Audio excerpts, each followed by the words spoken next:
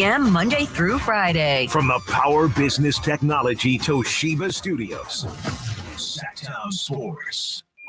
Feeding your passion for local sports in the afternoon. It's the Drive Guys with Kevin Gleason and Kyle Drake on your radio at 11:40 a.m. Streaming audio at SactownSports.com and the Sactown Sports app. You can also watch the show on YouTube at Sactown Sports 1140. Here are the Drive Guys with Kevin Gleason and Kyle Drake. Yesterday, we had a couple of pieces of breaking news drop during our show, and we begin today after another piece of news just dropped. Raheem Morris is the new head coach of the Atlanta Falcons. Yeah, that's a big hire for them. I thought it was going to be Bill Belichick. Yeah. My guy went back for a second interview, a couple of interviews. Looks like he's been shut out of the coaching cycle. That is shocking to me. Mm-hmm. The greatest coach of all time, arguably, can't find work right now. And he interviewed with them twice, supposedly. Yes, twice. Exactly. And that wasn't a good situation for him, but think about it. It's like one of the worst teams in the league, no quarterback, and they don't even want you, Bill Belichick. Like, he should just ride off into the sunset, really. He should just retire with his 6 Super Bowl rings, with his legacy, the greatest coach of all time, arguably. Like, it's almost like Joe Montana going to the Chiefs. Mm-hmm. Emmitt Smith going to the Cardinals. Ooh, you remember that? Like, you don't want to remember these guys. And I don't want to remember Bill Belichick as a coach on the high school or wherever he may end up. Yeah, Jerry Rice, Seahawks. Right. Yeah. It just don't look good. Tom Brady, Buccaneers. Mm-hmm. Well, that worked out. That actually worked out, Kyle. Seahawks and Commanders still looking for head coaches now. Seahawks and Commanders. Washington. Mm-hmm. It's also reported that it's looking like Ben Johnson is going to be the coach of the Commanders. They haven't formalized it yet, but it's looking like it's headed in that direction. Seems unlikely the Seahawks, after dismissing Pete Carroll, would say, Bill Belichick, come on down. Yeah, so I think Seattle makes a lot of sense for him. Oh, you think it does make sense? I think so. You got Geno there. You got some pieces there. Why not? Yeah. I'm just thinking typically when you change coaches or managers, you want to kind of go from one to the other, and like going from, I guess, would they get younger at the head coach? but totally different styles too, though. Maybe that's what they need out there in Seattle, you know, a different approach. We know Pete Carroll's more of a player's coach, a little loosey-goosey. Yes. Bill Belichick likes to run a tight ship. Maybe that's what they need there in Seattle. Yeah. One more head coaching note, and as I was saying during the crossover, this from the 49ers standpoint would concern me more than if Belichick went to the Seahawks. Vic Fangio, we talked about him yesterday. It looks like he is expected to go to Philadelphia. He's a great freaking defensive player. And we need it, man. Yeah. We needed the Eagles. That was, when you look at the deficiencies, we could start offensively. The play calling I thought was horrible. And defensively, they never got better. It was an issue all season long, and they never improved. And so now you bring in an adult, a guy that's accomplished in his career. This is exactly what Philadelphia needed. You know what else is concerning me from the 49ers standpoint is all the Debo talk. And I know that What do you mean? Well, they're framing it in a very positive fashion. Like, oh, he worked out a little bit yesterday, and today kind of some light work, and everything should be fine. He's progressing, right? That's what they want us to think. I'm starting to worry that he can't move his shoulder or something, Hold on. Our boy Emil Fergoso, let me see. He put this out there, Whitey, and it made it sound like, you know what? Debo is going to be good to go. And maybe Emil is just wearing his red underoos and just being a fanboy out there. But and I trust my guy, based on what he put out there, it seems like Debo's practicing today, progressing. A little bit. I know Lynch was on the radio today in the Bay Area, and they're saying all the right things. I'm just, I haven't seen anything definitive. No one said, oh, this is what it is, and he's better. It's all, we expect him to play. Ayuk, he'll play. And I'm just, the more I read that, I just get a little nervous. And I'm wondering if he's sitting there going, I want to play, but I can't move my arm. I can't move your arm. And that's, you need that as a receiver, right? Yes. You need to be able to reach up and grab the ball. Yeah. Still got a few more days. He's going to play, right? Well, I hope so. He's going to play. If he's got something wrong with the joint in the shoulder and he can't, like you say, if he literally cannot raise his arm, it's hard to play receiver. They got things for that. They got things they could do for the shoulder, right? I know. The pain they can manage, but if it's like a little cortisone shot or something a little stronger, out of whack and shoulder blades over here, I don't know. You're probably right. I'm just it you're a little nervous. That's makes what me it a little is. nervous. Yeah, you're nervous. Yeah. I get it. Maybe because, Kyle, maybe I'm a little nervous about your Sacramento Kings tonight, too. That's a great thing. That's You're with me on that, aren't you? I have no idea what's going to happen tonight. I don't know which Warriors team is going to show up. Second night of a back-to-back for Golden State. Played pretty well last night in their win against the Atlanta Hawks, but I don't know what's going on with the Kings right now. And I said it yesterday, this is a critical 7-game stretch, and it begins tonight. Like, from the vibes of it, and you tell me how you feel, it just seems like something's off. Maybe it's just the outside noise. Maybe it's, the media creation or what have you. They just don't seem to be fluid right now. It doesn't seem to be. Last year was all sunshine, rainbows, everybody's happy, kumbaya, ubuntu, all for one for all. This year, it just seems like they're struggling a little bit, trying to figure it out. And I think tonight's game is big. You get a win tonight, you win 2 in a row, you beat your rival, then you get that positive momentum going, which I think they need. We've all talked about what a roller coaster ride it's been, and I feel like now we just got off of the one roller coaster ride. Yeah. And it was whoa.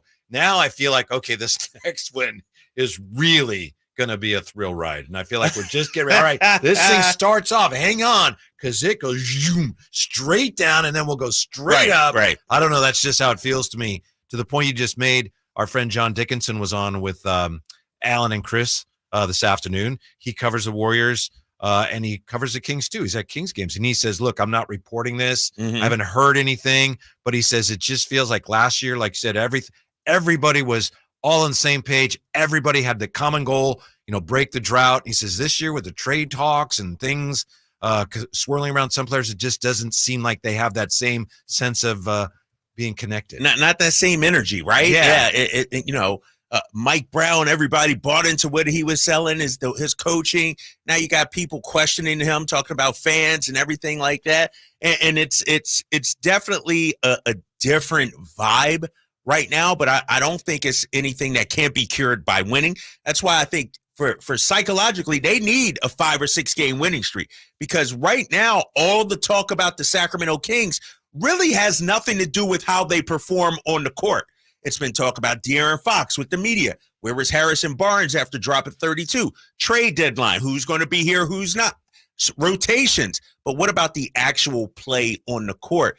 If they start winning, I think the focus will be on that instead of all this other stuff around it. Last night, speaking of focus, I don't know how the Warriors or anybody who works there went about their business, because it was their first game since the passing of Dejan Milojevic. So they had a couple games that were postponed. And then last night, before the game against the Hawks, they had ceremonies, and they had Mike Dunleavy giving flowers to his widow, and they had all the players with special jerseys coming by his seat where he used to sit, and they put their jerseys on the seat. It was like, I didn't feel like when that was done, I feel like I just went emotionally. How are you going to play that? Yeah, they do that, and then the guy does a great job. It's like, and down. It's like, wow, bro.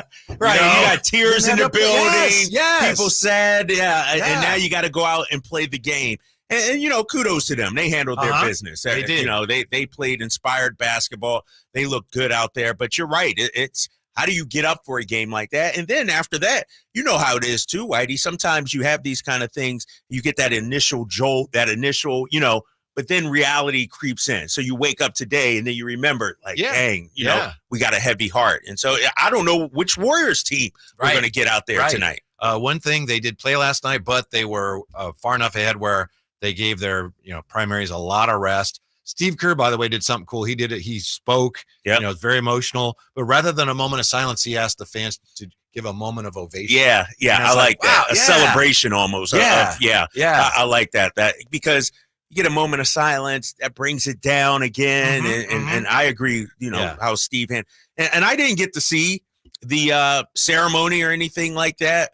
But for the NBA to postpone 2 games, and then you hear all the heartfelt emotions that come out.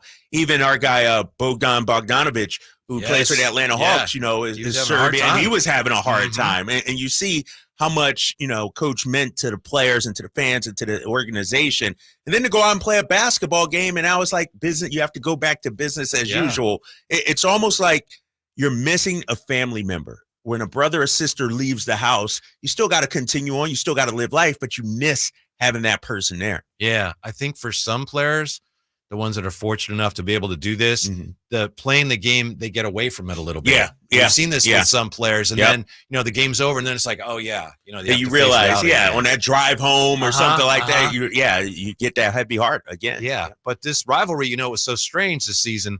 The way as you know as well as anybody, the way the Warriors and Kings played 3 games. What, it was 2 in November or no, October, November, December, or whatever it was. It was 3 games. 3 really games in together. October and November. Yeah. November 28th, I think, was the last one. Right. So it's been a while now. It has been a while. And I look at this rivalry and the fact, first of all, it's on TNT, which a lot of people like, nationally televised. But is that for hard me, for you? It is. It's like an off day for me. I haven't dived into the research. I haven't broke down the numbers, the matchups, who's in or who out. It's sort of like an off day for me. And it is kind of weird, and, I would be hyping myself up. I'd be driving down to San Francisco right now for the game. It feels like an off day. And I told my daughter, I said, honey, we hanging out tonight, but we're watching this game. So no matter what, I'm going to watch the game, but it's a different vibe than what we had earlier in the season with these two. Yeah. Well, the last time they played, the Kings clinched Group C. Yes. That tells you how long. All right. Think about that. Yeah. That's like 2 months ago. It's just, and so I wonder, but what's interesting? Draymond's back. Yep. This will be our first time seeing Draymond since earlier this season. And so I wonder if the spiciness from the players will still be there. What's interesting about this, as much as we want to build this a rivalry, I'm not feeling it right now. Like, this is rivalry week for the NBA. This is their rivals, supposed to be. I'm not feeling the trash talk amongst the fan bases. I'm not, in the grocery store, people aren't talking about it. It's just a weird feeling about this one tonight. I think some of that might be because both fan bases are feeling a little vulnerable right now. But, it's going to be a really crucially important game for both teams. By the way, Kuminga last night. How about that? Jonathan Kuminga was 11 for 11, which ties a Warrior record, most field goals in a game without a miss, that was set by freaking Chris Mullin. That's pretty good. Yeah. That is pretty good. And 25 points and 9 rebounds last night. And Kuminga, we know he's not a jump shooter. He's, everything is going to the basket pretty much. No 3-point attempts, but that's pretty impressive. And he's coming off the bench. He played 29 minutes last night. So my guy, Andrew Wiggins, 30 minutes. How about that? And how'd he do? It's not about that. I didn't watch the game, so I'm not just going to look at the box score, Whitey, and say, oh, well, Andrew Wiggins, he was a plus 11. I'll take that. I'll take that. So you're all in. You still want him. You still want him. I still want Andrew Wiggins here in Sac. Let's see if you want these 2 potential trade candidates who have been linked to the Kings today. Tell you all about them. I don't know, Drapes. I'm not overly impressed, but that's next here. With the Drive Guys. We'll be right back. Sactown Sports. Join us for Championship Sunday as the Ravens host the Chiefs at noon and the Lions battle the 49ers at 3:30. The NFC and AFC Championship heard right here on your home for the NFL playoffs at Super Bowl 58, Sactown Sports. Big savings are back at Folsom Lake Honda, your one-stop Honda shop. Looking to own or lease? We have options for everyone. Plus, lower interest rates at Folsom Lake Honda make for lower payments. It's no wonder Folsom Lake Honda is your one-stop Honda shop. Get an instant cash offer for your trade at FolsomLakeHonda.com. We'll buy your car whether you buy from us or not. Visit us today at FolsomLakeHonda.com. Folsom Lake Honda, yeah, your one-stop Honda shop. The Arnold Law Firm has seen how an injury can turn anyone's life upside down. Whether it's a slip and fall, a car accident, or any other kind of injury. For almost 50 years, the Arnold Law Firm has been here to help you through the entire process to protect you and your family. If you are ever injured or in an accident, call the Arnold Law Firm. The Arnold Law Firm, providing real justice for you since 1975. Call 916-777-7777. That's 916-777-7777.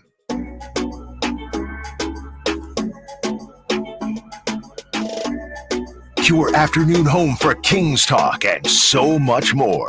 The Drive Guys on Sactown Sports.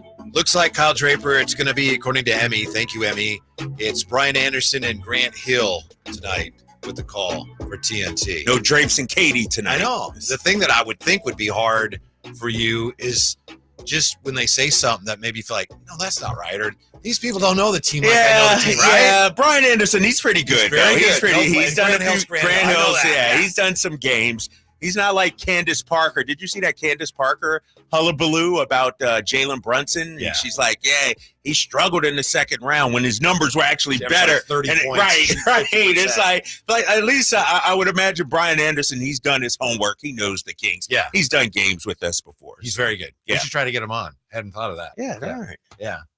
And speaking of the media, the Today Show is going to be in the Bay Area? Yeah, I just got this email, and I tell you what, you go to one San Francisco 49ers game, they inundate you with emails. I'm like, I'm going to have to put them on the block list or send it to spam or something like that. The Niners sent me this. This is a few minutes ago, 10 minutes ago. You're invited to join fellow faithful to represent the entire 49ers fan base on the Today Show Friday, January 26th at 4:15 a.m. You're invited? Yes, I'm invited.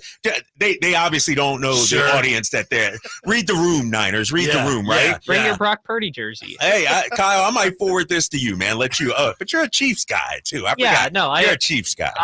There are some 49er people in my life who might be willing to wake up at 2 a.m. to drive to the Bay. Wow. No, but you're not even driving to the Bay. I guess San Ramon is kind of sure, but that's not. I've been to San Ramon several times. If you have to, I don't feel like I'm close to San Francisco. If you have to be there at 4:15 a.m., regardless, it's going to be an early wake up call. Early wake up call. So it's at the Lot City Center in San Ramon. Going to be prizes, giveaways. You get a rally towel out there. Raffle prizes will include prize bags and autographed Niners memorabilia. So, wow. My wife watches that show. I think you can relate to this as a golfer. I'm boycotting the Today Show and have been for many years. Why? Because years ago, this was 2008, something like that. There's a golf course here in the area called Antelope Greens, and it's an executive course. Yeah, it's really short. Yeah, little short. I play that. I used to play there a lot. Yeah. And one day, these three guys go out there, and they happen to be people that listened. Maybe they still listen to our station, and they got one of those real short par threes. Yeah. Boom, hole in one. Boom, hole in one. Boom, three in a row. Like one group, all three of them. Kind of. Yes. Oh wow. Yeah. And so the Today Show's like, we're coming out there. We're gonna have you guys on, and they were all excited about it. And I believe it was Matt Lauer, who was the host at the time. He said, what did he say? I'm a golfer. That couldn't have happened. We're not going out there. He shut it down. What? And we had the guys on our show, and they're like, so you believe it really happened? You trust those guys? I've been there. You could see that happening. And so that's no bueno, man. So you haven't watched it since then, right? My wife watches, so I see it. And he's not even there anymore. So, right. Oh, yeah. But It's still, fall from grace. You say Today's Show, and I get a little. You get a little, I don't like that. Screw them. Yeah. San Ramon, though, that is curious. Yeah. Two potential trade candidates who have been linked to the Sacramento Kings today. Sam Amick was on with Carmichael Dave and Jason Ross, the Jason Ross Show with Carmichael Dave.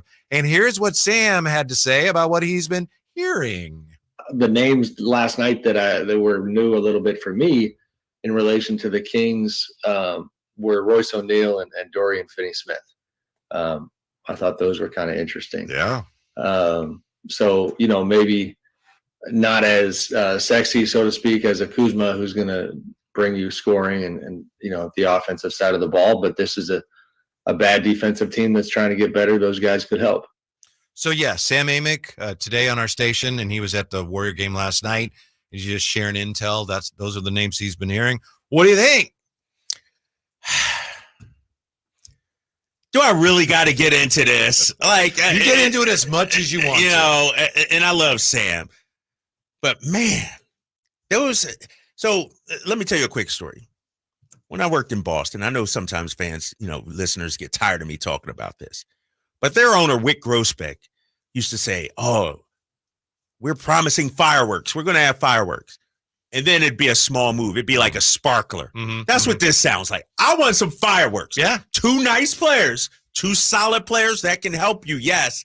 But I don't know if the fan base is all of a sudden re-upping season tickets and selling out the arena to see Royce O'Neal and Dorian Finney. Two good players, but man, it moves the needle a little bit. How much does it make you a contender in the Western Conference? If you got one of those guys and then you got something else, I could see how that could work.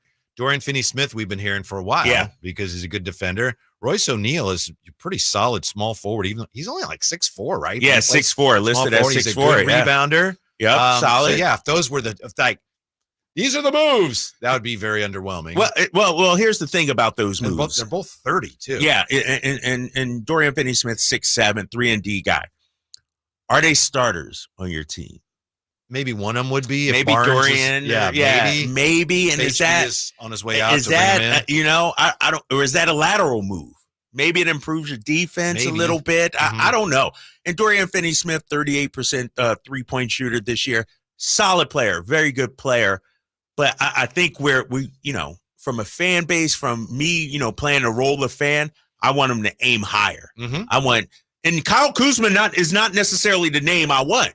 I'm not on the Kyle Kuzma train right now, but I do think when you look at the Western Conference, I don't want to say go big or go home, but a small move isn't going to make you better than the Suns, the Clippers, OKC, Minnesota, Denver. Even with those moves, I think you're still behind those teams I just mentioned. Sam also mentioned, Zach LaVine's name came up during the conversation. And he says, and this is, if you've been following it, I know you have, this checks out. Sounds like you could get Zach LaVine. Like the Bulls, they're just looking for somebody to take him right now because he's hurt a lot and he makes a lot of money. And so I like Zach LaVine, the player. I really like Zach LaVine, the player. And I do think he helps you because look at it. Look at all the teams I just mentioned. Denver, Phoenix, Clippers. Look at the top tier talent that they have. They got all-star, not just one all-star, multiple. You could argue the Clippers got 3 all-stars. James Harden's playing out of his mind right now with the Clippers. Phoenix, we know what they have. Minnesota, Gobert could be an all-star this season the way he's playing. And so I think if you're thinking about competing against those teams, a guy like Zach LaVine makes sense. You need upper top tier talent, unless, like we talked about, Keegan Murray is continuing to make that leap. 18 points per game, I think it is, since December 1st. That's solid. That's very good. What we don't know also, Whitey, and this is, something us fans, we gotta think about. Is Monty McNair looking at this season as we're going to go all in, try to win it this year, or is he still playing the slow game, the long game? And a move like a Royce O'Neal, a Dorian Finney-Smith, while it'll help you, I think that's part of a bigger, longer, drawn-out process to improve this team. Could be. I agree with the essence of what you're saying. I was thinking of this looking at the standings today. OKC is first, and Minnesota, and Denver, then the Clippers, then Phoenix right now. They've won 7 in a row. Yeah. Then the Pelicans, and the Kings are 7th. And if I'm being honest right now, I look at that, and I feel like right now the Kings are a play-in team. And if they're a play-in team and they get out of that, that's to me, that's great. But I have a hard time seeing the Kings as currently constituted being better than any of the 6 teams ahead of them right now. That's just my honest. I look at that. I still see them better than the Pelicans. Do you? I still, even though the Pelicans have dominated us, are we really betting on Zion to play a full season? Are we betting on Ingram and CJ to make it a full season? They're a good team, no doubt about it. But those other 5 teams, I think it's going to be hard to catch them. I do too. Yeah, I think it's just going to be hard to make catch a move, them. maybe, or somebody gets hurt, as you say. I mean, things can change drastically, but the way it looks right now, I think that's where the Kings are. What's interesting, as I'm looking at the standings, they are tied with Phoenix and New Orleans in the loss column, each with 18 losses. But Phoenix seems to be figuring it out. They figured it out. Like they're on the run right now, 7 straight. The Pelicans, are they as good as their record indicates? I think they're in the mix. 53. Yeah. I think they're in the mix. I don't know, man. And let me ask you this then. If we're talking about the Kings as a possible playing team, how disappointing is that? I don't think it necessarily is. Especially if you get out of it, it's fine. And I know your point. I know a lot of people, I would think most people are going to agree with you. To me, if you get in the plane and you get out and you're in the playoffs again, I think that'd be, especially what if you played the Warriors in the play-in, knocked them out? Yeah. What if they knocked you out though? Yeah. Like That would be one no game good. against Steph Curry? Well, obviously, I wouldn't be crazy about that. Here's my issue with where the Kings stand at right now. It's not about them being 7th. It's not about them being 24-18. It's about we went to bed at the end of last season and woke up at the beginning of this season, and OKC was better than us. Minnesota was better than us. And right now, where did these teams come from? Like, we knew they would make some sort of leap. But it's like we went from ahead of those guys last year to now, based on the stats, we can't catch these guys. Based on the numbers, the standings. By the way, speaking of the West, how tough it is, which we always talk about, OKC has won 4 in a row, Minnesota 1 in a row, Denver 3 in a row, Clippers 3 in a row, Phoenix 7 in a row, Pelicans and Kings have won their last game. So the top 7 in the West right now have won their last 19 games. Wow. Oh, you did that math too. Yeah. Okay. It's a tough, and we knew Oklahoma City would be good. They look like finals contenders. Like, they look like they could make a deep run. Minnesota. And that's the thing. If you were to bet right now how many teams in the West could actually make the finals, I got a handful, Kyle. I got at least 5. I'm looking at just at the top 5 right there. Handful. Yeah. It's a dogfight, and it's only going to get tougher in the month of February. Meanwhile, a former Kings coach could be joining Doc Rivers. Can Doc save the Bucks? We haven't talked about the Bucks, their new coach. We haven't talked about why people say the Bucks players were classless after their coach was fired. That's next year with the Drive Guys on Sactown Sports. 1 year ago, the San Francisco 49ers fell a game short of their goal to get to the Super Bowl. Now they are back in the NFC title game and hosting the Detroit Lions. San Francisco is 1 win away from a trip to Las Vegas and a chance at the Lombardi Trophy.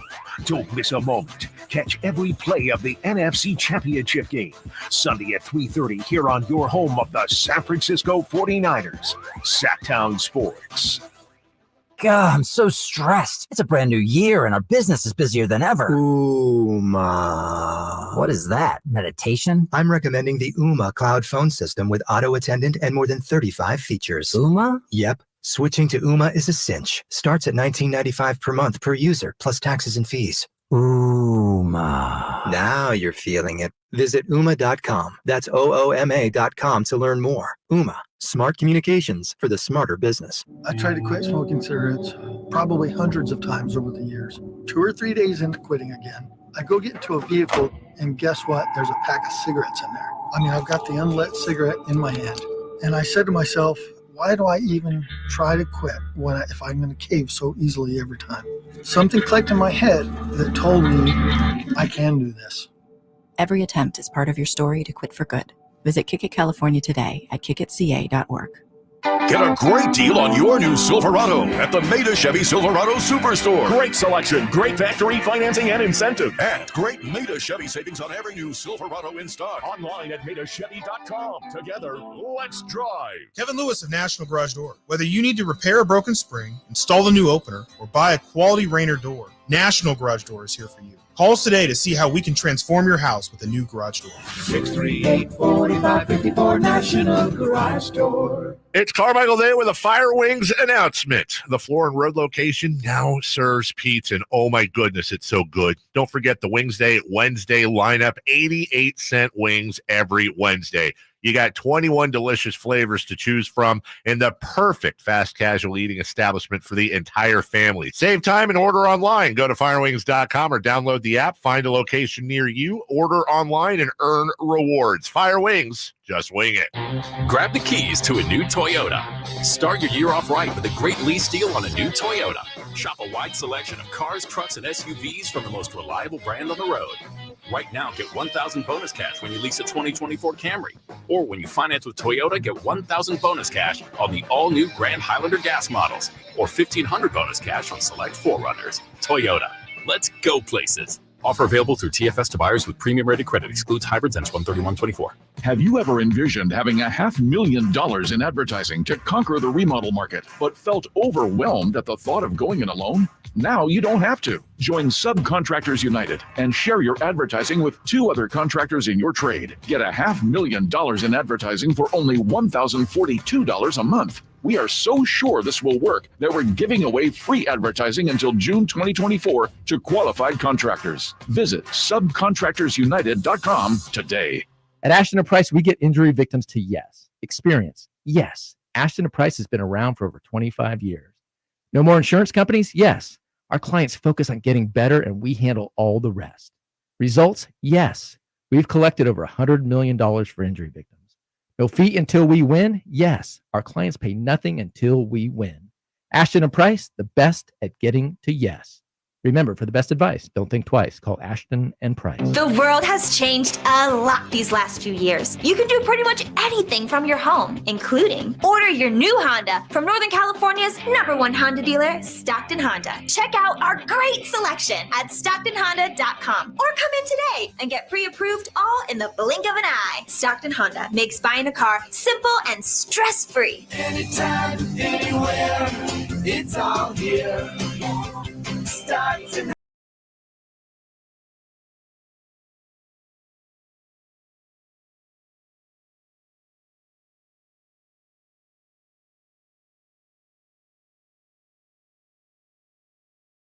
Every afternoon, Monday through Friday on Sactown Sports. Thank you. Thanks for being with us, and thanks for your participation.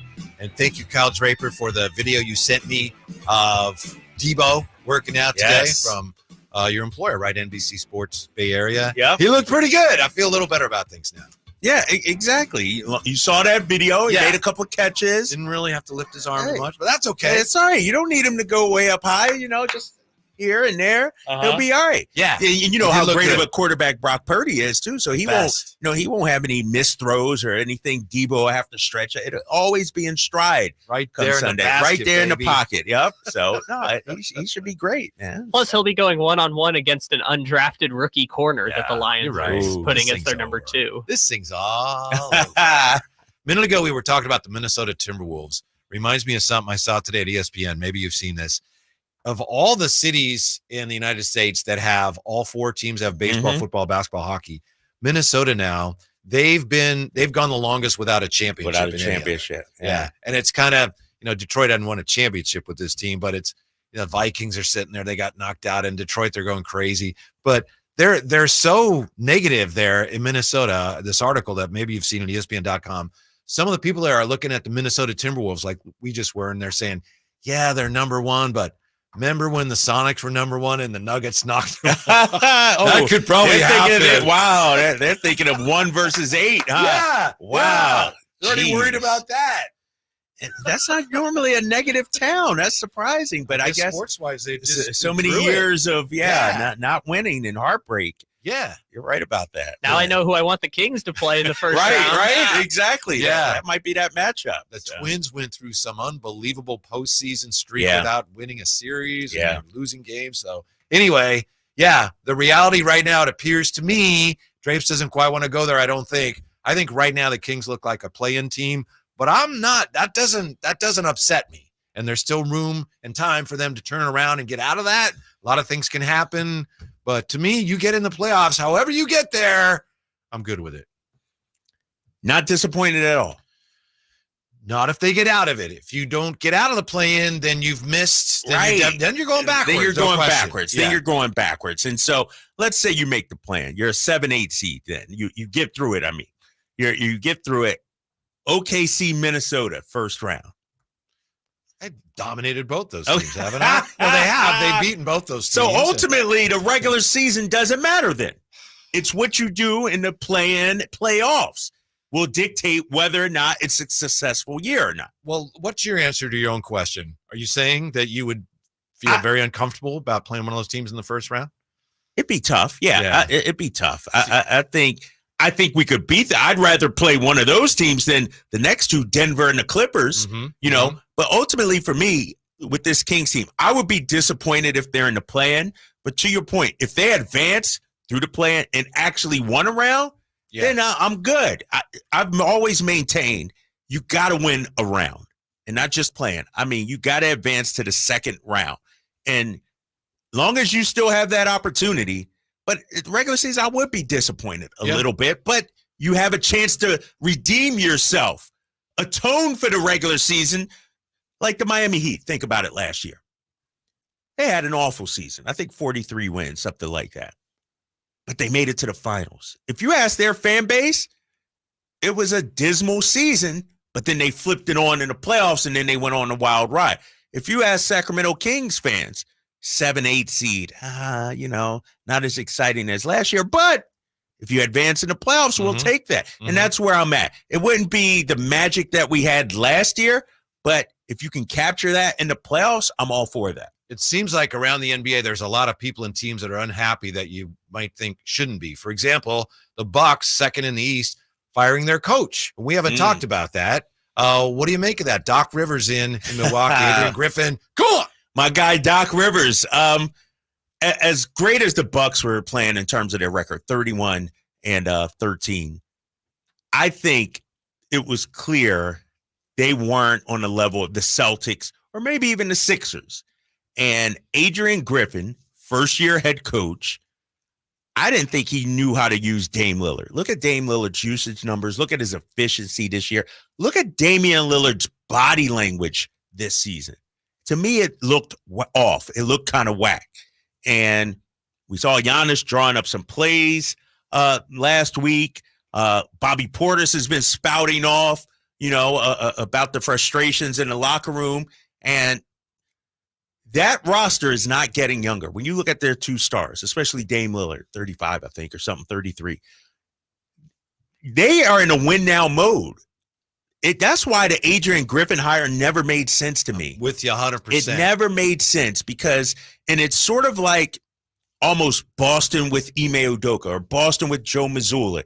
It's like you got a championship roster ready, and you're going to turn it over to a rookie head coach? It made no sense. It didn't make sense. And so now you got Doc Rivers. He's had his shortcomings. We know that.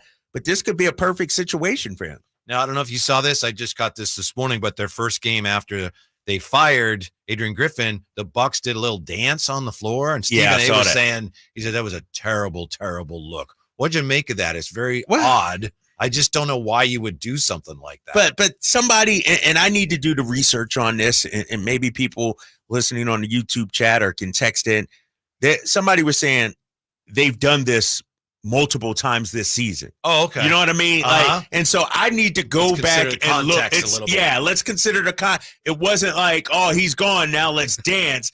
Somebody, and I don't know if it's true or not, but I need to do further research before I be like, oh, that was terrible. What if they've been doing it all season and we just never paid attention because we didn't have a reason to? Now somebody puts it on social media and it's like, oh, look at them dancing that eight. So I need to do more research on that. Let me look that up. Yeah. So according to the Milwaukee Journal Sentinel, the Bucks do some sort of pregame dance or like team, routine, if you want to call it. It's not always that dance specifically, but they try to do some sort of like dance or, they used to do the wrestling thing with Giannis and Brook Lopez. They do something before every game, but it's not always that.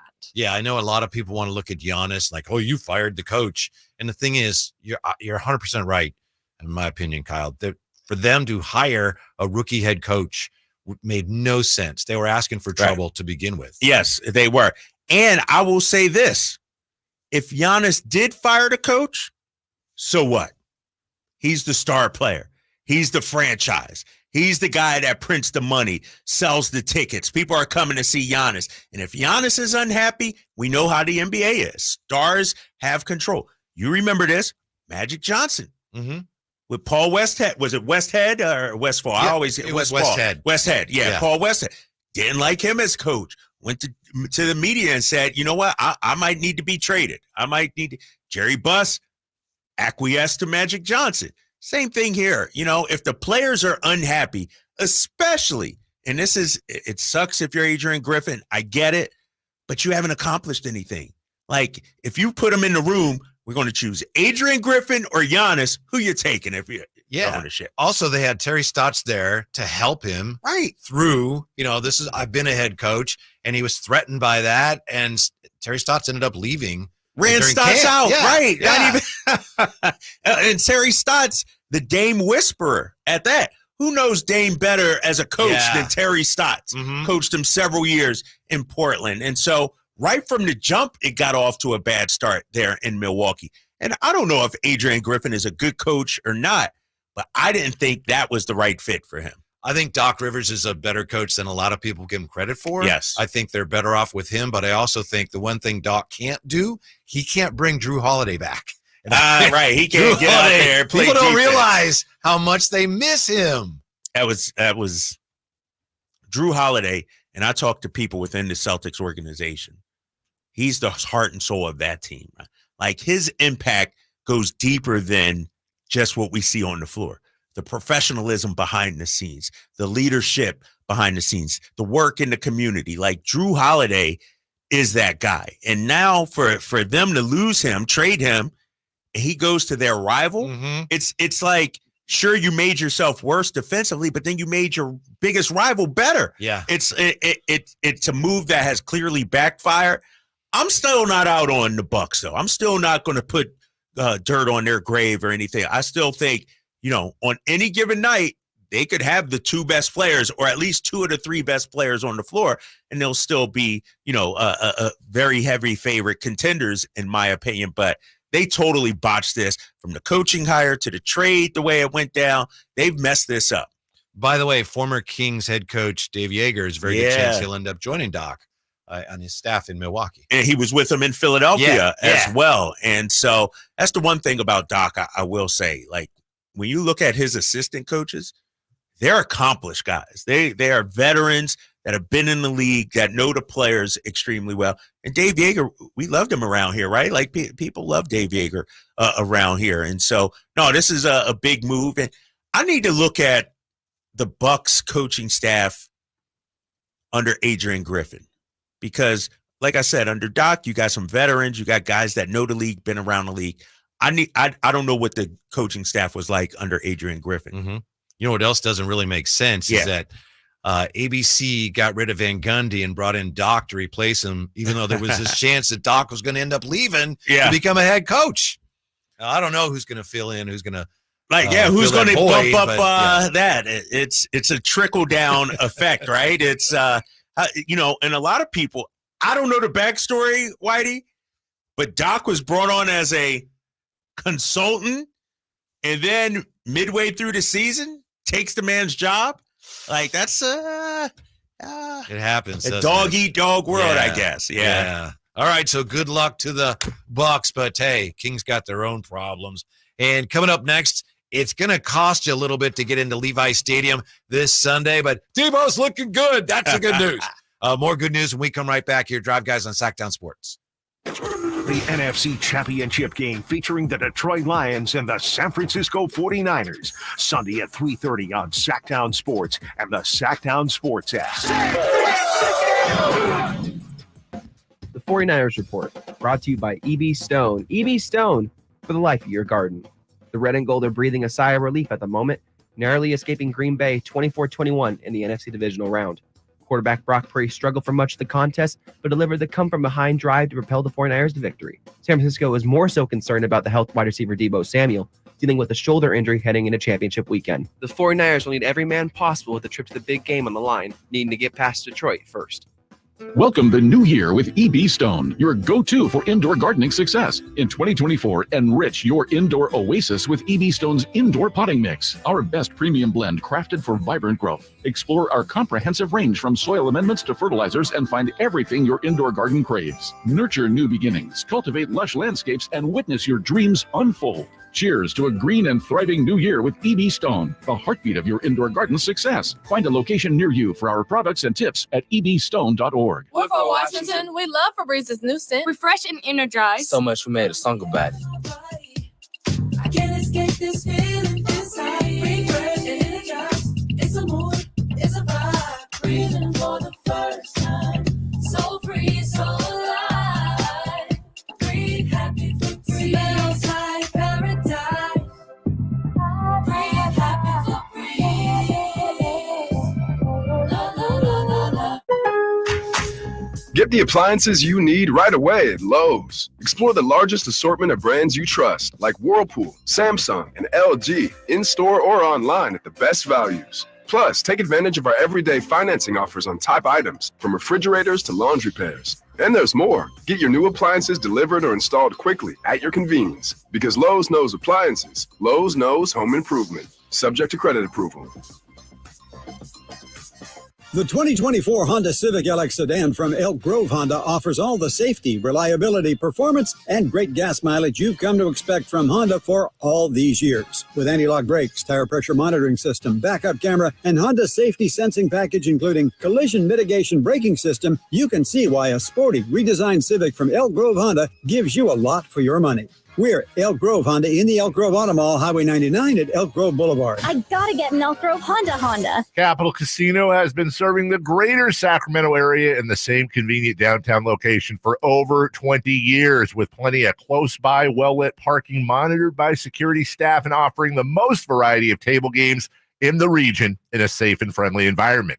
Best food, best service, and the best action. That's Capital Casino. For more information on tournaments and gaming, check out their website at capital-casino.com. And please remember to gamble responsibly. 1-800-GAMBLER. Sacramento's premier music festival, Country in the Park, is back. 2 big old nights, May 17th and 18th at Cal Expo, with Brantley Gilbert, Dustin Lynch, Walker Hayes, and more. Plus line dancing, a mechanical bull, and Sacramento's best food trucks. 2-day general admission tickets are on sale now, starting at $85, or upgrade your experience with VIP or pit passes. Country in the Park, May 17th and 18th at Cal Expo. For more info, visit CITPfest.com. Brought to you by Oak Ridge Winery. I like daffodils, tulips, the big dinner plate dahlias. I loved being in the garden, but I wasn't going to be able to because I couldn't not only walk, but I couldn't really stand on my foot without being in pain. It was excruciating. So my husband said, let's go to the Good Feet store. For over 20 years, we've helped people like Terry live the life they love without letting their feet get in the way. This nice young man said, I think I can help you. He got the arch support and I was fitted. And I kept walking back and forth across the store. And I looked at my husband and burst into tears because it was the first time in a year that I have not had any pain in my foot. I have had no pain since the day I bought them. Now I can do whatever I want. There isn't any place on my property that doesn't have flowers blooming 365 days a year. I still can't believe it. My name is Terry, and that's my Good Feet story. See what we can do for you with a free personalized arch support fitting at the Good Feet store. For sore feet, aching back, knee, or hip pain, come to the Good Feet store in Sacramento, Roseville, or Vacaville. Don't miss out on New Year's savings at Folsom Lake Kia. Low prices and payments on your favorite new Kia models. Go see my friends at Folsom Lake Kia, right here in Sacramento for over 25 years, or FolsomLakeKia.com. For a precision-crafted performance, the decision is easy. A new Acura from Acura of Stockton. Get the driving experience you've been waiting for in a new Acura. Get the best selection and customer service you deserve from Acura of Stockton. Shop in person or use our online express store at AcuraofStockton.com. Acura of Stockton will buy your trade, even if you don't buy from us. Don't settle for less than precision-crafted performance of a new Acura from Acura of Stockton and AcuraofStockton.com.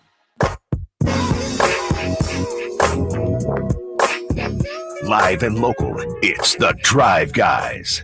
Watch the show on youtube.com/Sactown Sports 1140. Or listen on the Sactown Sports app. Debo back at practice today looked pretty good, and I mentioned more good news. Here's the good news for 49er fans. We have the finalists. They've been named for the Associated Press NFL Most Valuable Player Award, and I will read you the names now in inverse order of my guaranteed finish. All right? So you got 5 finalists. 5th in the voting will be from the Dallas Cowboys, Dak Prescott. Nice year, Dak. It's an honor to be nominated. 4th will be from the San Francisco 49ers running back, Christian McCaffrey. Great player. 3rd will be from the Buffalo Bills. What a second half he had after a slow start, Josh Allen. Okay. 2nd in the voting, runner-up, and you should be proud of that. And in case the winner cannot fulfill his duties, you would get the crown Lamar Jackson, Baltimore Ravens, which means the MVP for 2023 Associated Press Most Valuable Player, Brock Purdy. Those are your 5 finalists. That's probably how the way it's gonna. You're not going to do that. I'm not going to let you get. You're just trolling me right now. You don't even believe finalists. You don't even believe Brock Purdy has a shot at winning. I think any finalist has. So a Dak shot. has a shot. Dak Prescott. Not a good shot. I'm just saying. Yeah. So he would if he didn't play the same position as Brock Purdy. Well, we know Lamar is going to win it. Christian McCaffrey should probably be second because Brock's not even the MVP of his own team. How are you going to be MVP of the league? You know what's interesting, and I need to. I'm looking at the AP story. Mm-hmm. Lamar Jackson, Christian McCaffrey, and Dak Prescott are finalists for the Most Valuable Player and Offensive Player of the Year awards. So how come Brock Purdy's not a finalist for the Offensive Player of the Year? The voters were drunk? No, but they got Dak in there. That's just so wrong. Based on that, my top 3 would be Lamar, CMC, and Dak, followed by Brock Purdy and Josh Allen. Dak ain't going to finish ahead of Brock Purdy. I know he's not. The Associated Press has kind of decided MVP is going to be quarterback of the year and offensive player of the year is the best non-quarterback of the season. So I believe McCaffrey's going to get the offensive player of the year. Probably, you're right. But Lamar and Dak are finalists for the offensive player of the year. Why do we even have that, though? Like, it's just, I don't know. Like, if you're the MVP, no, it's nonsensical. Shouldn't you be the offensive player of the year also? Yes. Yeah. Like, You're right. really? Like, you're right. And I don't even like this whole thing that they started about 2011 or so in baseball, having the finalists. Here are the finalists for the Gold Gloves or the MVP awards. No. We know the candidates are right. We know these guys are right. No, and then no when you're surprises done, there. when the voting's done, tell us who wins. Yeah. Yeah. Go ahead, Kyle. 339-1140, 1-800-920-1140. JR joins us. Sactown Sports. Hello, JR. Do you agree with the way I broke down the voting? You are the smartest man on radio. I love your attention to detail, using facts. None of this opinionated eye test thing. You see, the eye test. Oh, stop. It's facts. It's numbers. It's on paper. Yeah. So, you know what? You didn't call in for that. You didn't call in for that, JR. You got to come better than that. I know that. No, I want my quarterback to look like Ross dressed for less. Cole's back to school when he goes up to the podium. I want him to be on it. Yeah. And I will be there Sunday. So, I'll watch the MVP play. That's nice, whether that be CMC or Brock. Yeah. I heard they're bringing back football-shaped hard pretzels. I'm hoping that's not the case, Whitey, but not that I've heard. I'll look into it for you, but I doubt that. Okay, hey, I doubt that. Yeah, Drapes, we love you. Thanks for getting us a win back, brother. Let's get a few more in a row there in the the A1 Sauce Arena. Okay, brother? All right. And hey, wait, last thing. What time do the Eagles play Sunday? Oh my gosh. So is that what the show has been reduced to? Just call in to heckle us? Heckle Drapes. Here's the thing, Whitey. That was I know. Here's the thing. I'm looking at it right here. I'm outraged. Allen, Jackson, McCaffrey, Prescott, and Purdy, most valuable player finalists. Hill, Jackson, CeeDee Lamb, McCaffrey, and Prescott, offensive player of the year. I'm not going to get into a debate about Brock Purdy with you guys because he's clearly not on the level of a Lamar Jackson, Josh Allen. He's not even the MVP of his own team. Good quarterback, yes, but I'm done debating Brock Purdy. You guys just won't ever see the light. You're blinded by your love for the Niners, and that bothers me. So I can't argue with Niners fans about Brock Purdy because they don't use common sense. They're not rational. And so I'm not going to do that with Niners fans anymore. I'm done. You can have your Brock Purdy, eat him too, have it with cake. Go ahead. That's your quarterback. Live and die with the guy. But you're biased. I'm not biased. Brock's never done anything to me. So, sources tell me, this is what my sources say, the reason the voting breaks down that way and the categories break down that way is because clearly Brock Purdy is the MVP. But then those other guys, they had nice seasons. You want them to win something. Got to give them an award. So let's somehow. put Lamar Jackson and McCaffrey and even Dak in the Offensive Player of the Year award. And then maybe one of them will win something too, because they certainly are not going to win the MVP when they're competing against Brock Purdy. I think, and let's have a real conversation, Niners fans. Kyle, you're not a Niners fan. Maybe you should throw this up on the poll for me, Kyle. You know how to do that, big fella? Yeah, of course. I know you're a part-timer. You're on the big show now, Come so on, I'm going to ask you to do I've some been extra. here long enough. I know. Hey, he got a raise today. You got a raise? I did, yes. Dinner on you, big fella. Dinner. What's your poll? Who is the MVP of the San Francisco 49ers? Do you have options you want to put up or just two? How about this? I'll give you three. CMC, Brock Purdy, and Kyle Shanahan. Could we put Debo on there too? Yeah, but Debo won't get the love like Yeah. that. That's You can throw Debo on there. That's strange. You guys are leaving out the actual MVP of the 49ers. It better not be Trent Williams. Yeah, it's Trent You Williams. were going to say? It's Trent If you want to Williams. throw Trent up there, you can. Take the I coach do want to off, see 'cause that. he's a coach. You know, the coach is not a player. But the coach made Brock Purdy. I know, but he's not a player. I'll put Who's down most other. Most valuable Has to be a person. player. Most valuable person. Okay. All right. Yeah. All right. Kyle, I'm All right. going to leave it up to you, big Okay, fella. okay. However you Yeah. want to phrase He's it. very good at because, those. He's very good at those. and I need the listeners here, Whitey. Don't just vote Brock Purdy just to piss me off. Like, let's have an objective. probably shouldn't have said You're right. I probably should have kept. probably But shouldn't have let's have a real conversation, a real scientific poll regarding Now that you've this. said that, I'm definitely voting for Brock Purdy. I mentioned that it's going to be a little pricey to get into the game, and I should have asked JR because I know he's going. 2023, the Eagles and the 49ers NFC Championship game, the average ticket price there in the secondary market, the average was $1,822. The average here, projecting this way for the Lions and 49ers, average price to get in $2,430. Come on.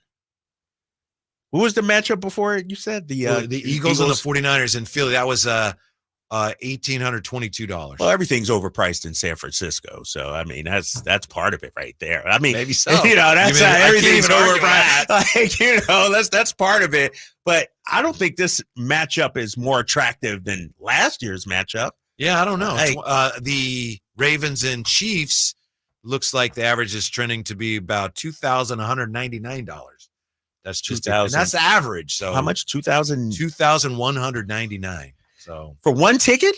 Yeah, average ticket. Again, secondary market. Yeah, just to get in. And so obviously there's going to be, the Kyle Draper seats might be a little less than that. It'd be like $25. I was so far up there, man. So but the David Robinson seats are going to be. I'm gonna look that up, man. I'm gonna definitely look that up and see how much those tickets were. Where I sat, how much they're going. They're probably about $500 though, maybe. Probably, huh? Yeah, the NFC Championship game. You would think it'd be a pretty penny. Anthony Slater, who covers the Warriors and he covers the Kings as well, covers the NBA for The Athletic. He's going to join us about 3:15. When we come back to the Kings. Let's face it here, the Kings they're running out of time to figure things out. Next here, Drive Guys, Sactown Sports. It took all 60 minutes, but the 49ers found a way to dispose of Green Bay. 1:30 and rolling to play in the game. Purdy takes it, hands off to McCaffrey off the left side, breaks a tackle, touchdown! Next up in their quest for another Super Bowl title, it's a major roadblock with the Lions. San Francisco hosts Detroit, Sunday at 3:30 in the NFC title game. You can hear all the action right here on Sactown Sports and SactownSports.com. Slayer and get your guaranteed maximum refund? It feels like the last level of a video game, facing off against the final boss who stands between you and your refund. All your refund has belonged to me. Using the power of TaxSlayer like a secret power-up he doesn't see coming. Only the most tax-confident can defeat me. Throwing your laptop at his video game face and watching him crumble into a giant pile of shiny coin tax refunds. Oh, not fair. You use TaxSlayer. Start for free and get your guaranteed maximum refund. TaxSlayer. File fearlessly. Life insurance. Why are you putting it off? Can't afford it? Too much hassle? Think you don't need it? There's lots of excuses for putting off life insurance. But if you weren't there, who would pay the mortgage and other bills? With Ethos, you could be covered in 10 minutes and boom, family protected. Ethos, fast and easy online term life insurance. Up to $2 million in coverage with no medical exam. Some policies as low as $1 a day. Answer a few health questions and get your free quote at getethos.com. That's getethos.com. Whitey here reminding you that not all grills are created equal. Start your 2024 grilling season right with a new lifetime warranty Napoleon Prestige line of outdoor cookers. My personal Napoleon P500 series gas grill has turned me into a grilling pro. It's incredible. Napoleon Prestige grills, versatile grilling for every occasion. Form, function, and luxury can come in the same package. Just go to your local Green Acres Nursery and Supply for the best selection today, or visit Napoleon.com for a dealer near you. Yep, that trailer hitch and folding bed cover from TruckSmart makes road trips a breeze. Right? I'm so much more organized on the job site since TruckSmart installed my truck rack and toolbox. And they had it all in stock, so I just waited as they installed everything. Take a look at this sweet Rhino truck lining. They sprayed it on. Yeah, you win. That is sweet. Truck Smart, truck and SUV accessories for on the road and the job site. Stop by one of our 2 locations in Rockland or Auburn. TruckSmart.com. Your truck's gonna love them. At Elk Grove Kia, we get it. Life happens. We believe in second chances. Have repos, late payments, or faced bankruptcy? No problem. Our finance department is top-notch and ready to make miracles happen. No need to worry about money down. At Elk Grove Kia, you can drive away today with $0 out of pocket. Visit us at Elk Grove Kia in the Elk Grove Auto Mall or online at elkgrovekia.com. Your second chance to drive the car of your dreams is just a visit away. Elk Grove Kia, where we turn obstacles into opportunities. Dare to drive differently. Elk Grove Kia. Guys, did you know your testosterone affects everything in your system, including how you feel and perform every day? Right now, Revive Men's Health Sacramento will check your testosterone for free. Knowing your T levels is the first step in understanding if you have low T. Your testosterone level impacts your energy, libido, sleep, weight, hair loss, mood, and even ED.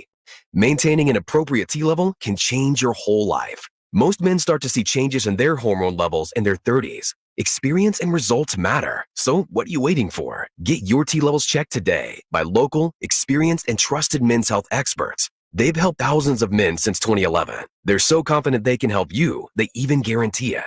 Call Revive today and schedule your free testosterone test, free exam, and free consultation. Call Revive Men's Health at 916-277-8599. That's 916-277-8599. Or visit ReviveMen'sHealth.com. Golf to Go is brought to you by the Hagen Oaks Golf Super Shop. Here's Frank LaRosa. In the shag bag, if you want to become better at golf, maybe consider moving to the southern parts of the United States. According to the USGA, 8 out of 10 states with the lowest average handicap are situated either along or near the country's southern border. Lowest handicap is Mississippi with an average of 11.6. California comes in 35th with average handicap of 17.1. Where do you fit? Want to gain another 20 yards off the tee? Move up another set of tees. Don't let your ego get in the way. Each of us can only hit the ball so far. If you're not reaching the par fours in 2 shots, go ahead and move up a tee. You'll make more pars and a birdie or 2, and your enjoyment will go up twofold. Meredith Lebeck, Director of Player Development at Granite Bay, says you can sharpen your putting skills by playing a game similar to horse on the putting green. Each person putts with the person closest to the hole winning and the others in the group getting the first letter, such as a G in the word golf. Spell golf and you're out. Try it.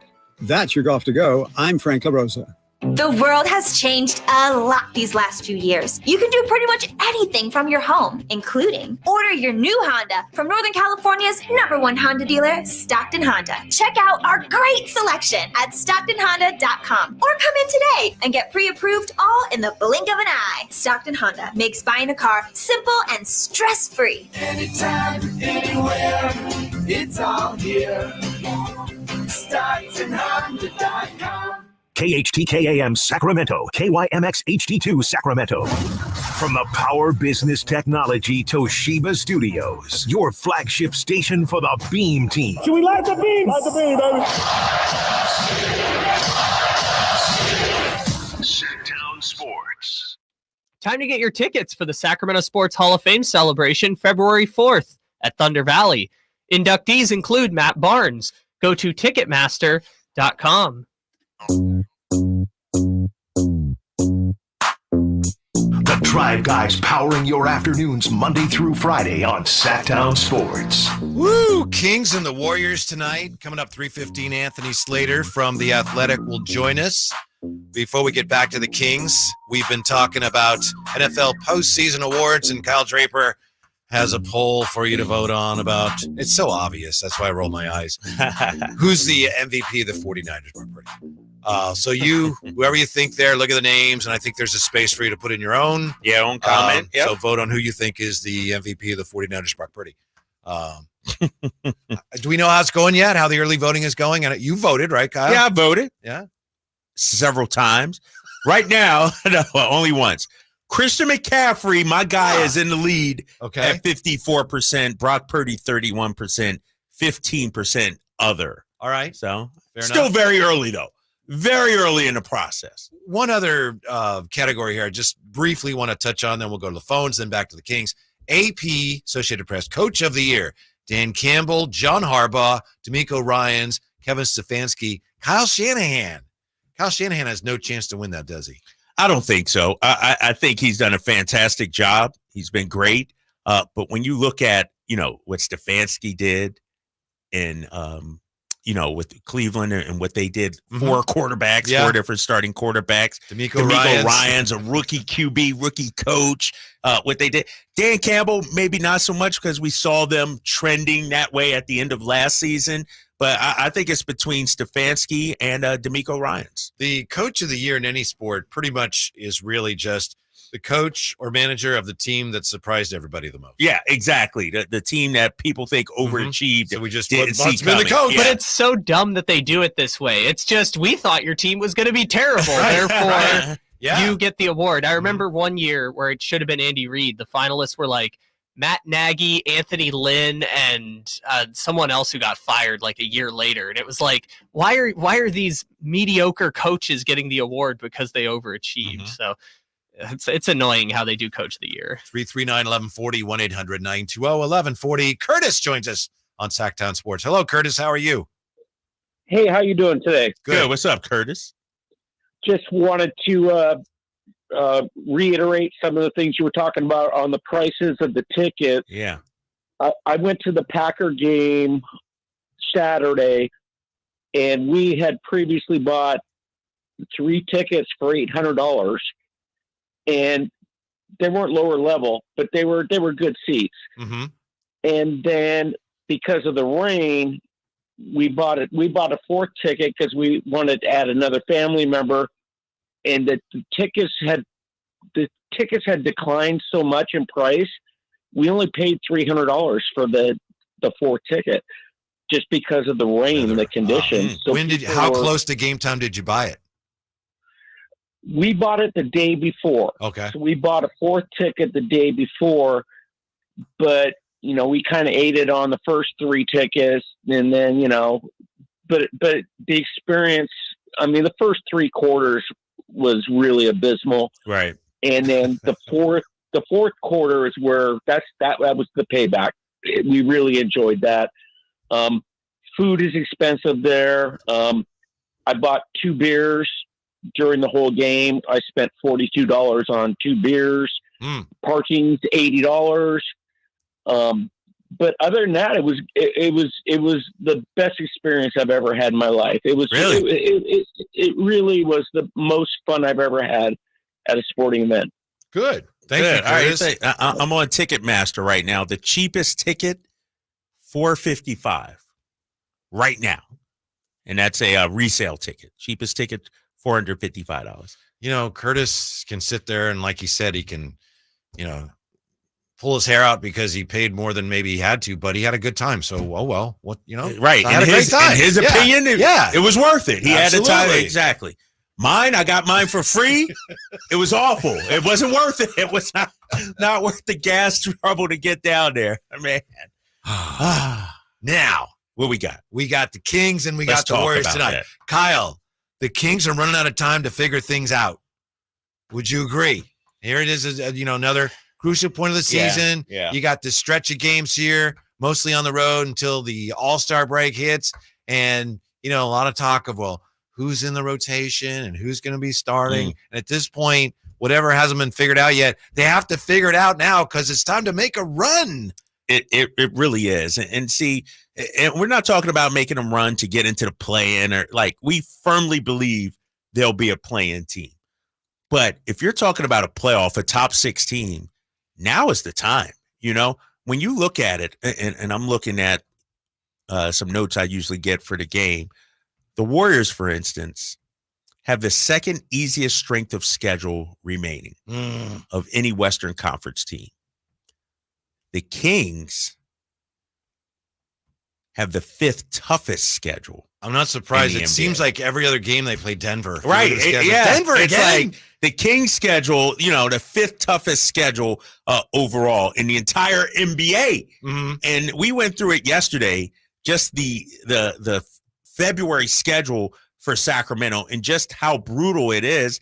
And it starts obviously with this road trip. You got Golden State. You got Dallas. That's going to be a tough game coming up. Then you got, a team like Memphis you should beat. But after that, it gets really difficult for the Kings. I'm pulling it up right here. Let me run it through with you. And you tell me, Kings fans, starting February 2nd at Indiana, at Chicago, at Cleveland. You got one against Detroit at home, Denver, Oklahoma City, Phoenix, Denver. Like, this is tough. Then you got San Antonio, then LA, the Clippers, Miami, Denver, Minnesota. I mean, oh my, I'm having nightmares about the February schedule. And so now is the time, to your point, if you could go on a run right here, this is sort of, I don't want to say bank wins or anything, but you would overachieve to an extent. And I think that's what this team needs right now, because I do believe later in the season, it lightens it up a little bit. In March, you have a ton of home games in March. And so if you could get through February with a respectable record, March lightens up for you. Yeah, and there's very little room left. Very little room for, well, we kicked that one, but we learned from it. Yeah, right? yeah. Or, we didn't make our free throws. The self-inflicted wounds. Right. You've used up all your wiggle room with that. No, you're Sometimes right. you lose a game like that, but you can get one back. They've given away so many here of late that it's time to just get your house in order and make your run. They have to play their best basketball the rest of the way, or there's a very good chance you're going to end up, when all said and done, very disappointed with the way this year is going. Yeah, and when they had those losses earlier this season, Portland, Charlotte at home, I thought, it's just one of 82. But really, when you look at it, the schedule was lighter in the beginning, and it's tougher in the second half. And so those losses are going to come back to bite you. You should have been banking those wins. Like right now, you're 24-18. Realistically, you should have been about 27-14, right? About that is 15 not a stretch right at now. all. Not a stretch. Not at all. Exactly. And we talk about, well, they lose some games that they probably should have won, but they also win some games that they should probably have.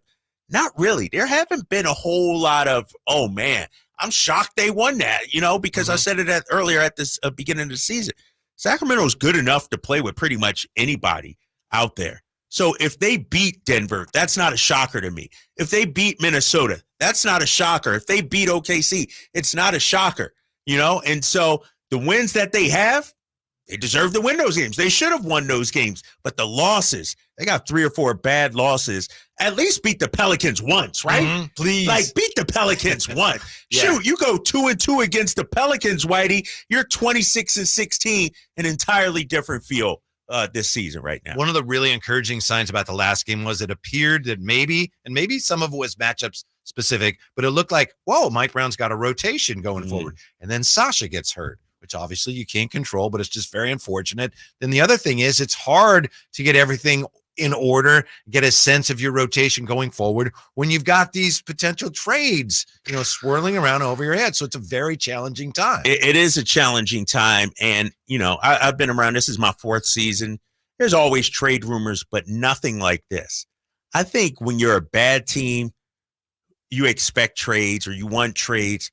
But when you're an underachieving team, and that's what people feel like the Sacramento Kings are right now, you get the frustration. You get the anger, you get the finger pointing, and I'm talking from outside the organization. This guy's not doing this, get rid of him. This guy's not doing that, get rid of him.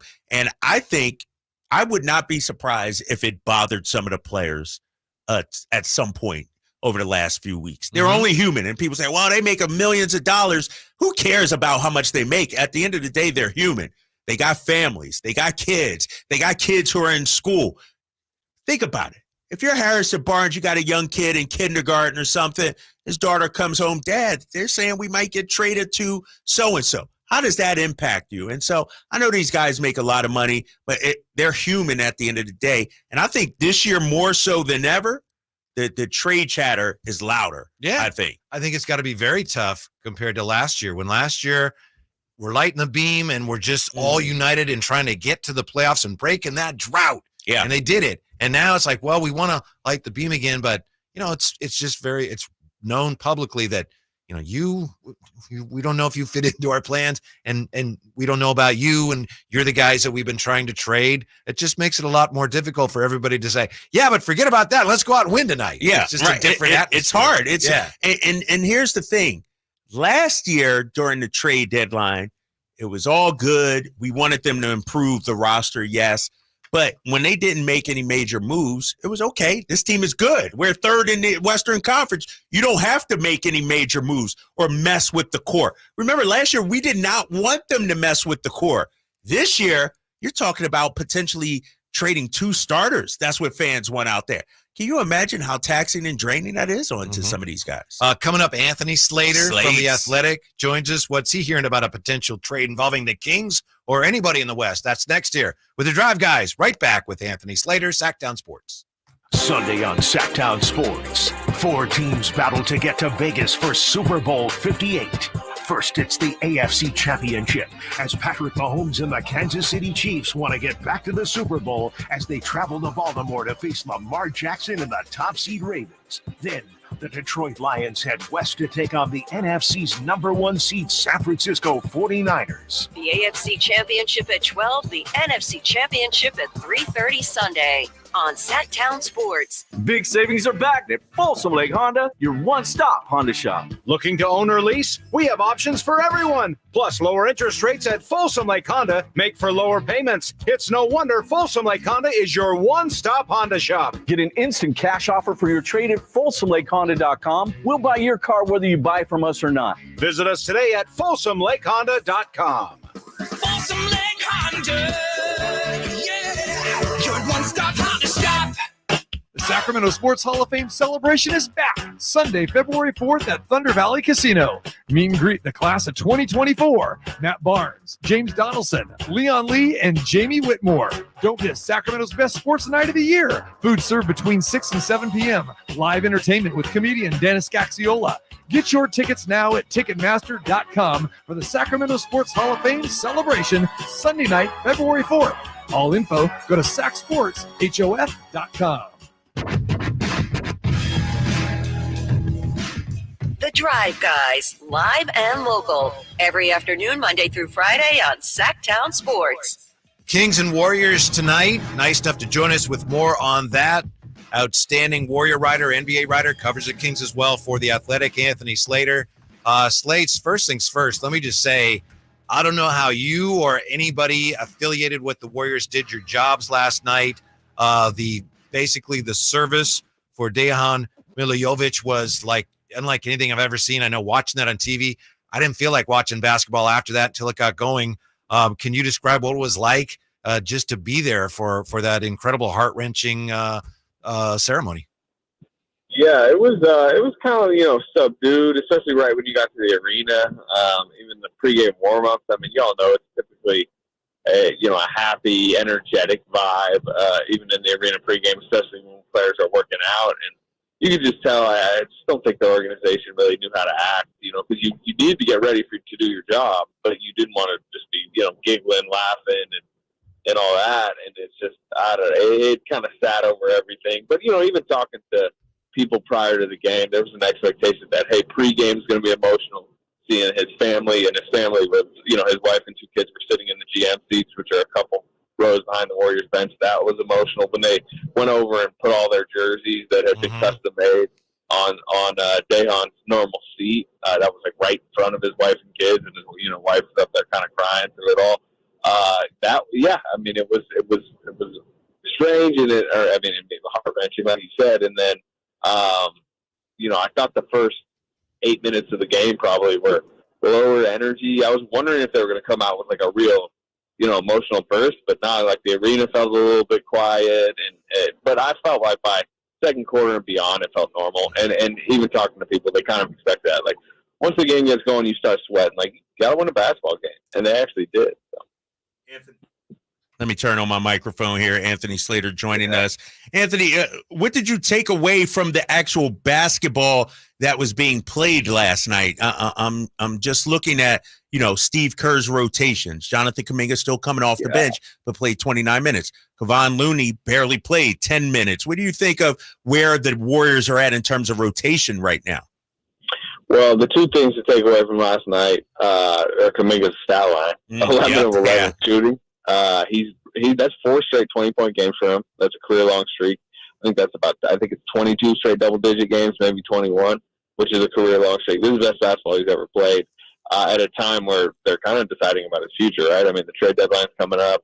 There's kind of a him or Wiggins situation potentially brewing here. He's just played better than Andrew Wiggins. So just that is just takeaway number one. It was a highlight game in what's been really kind of a signature stretch of his career.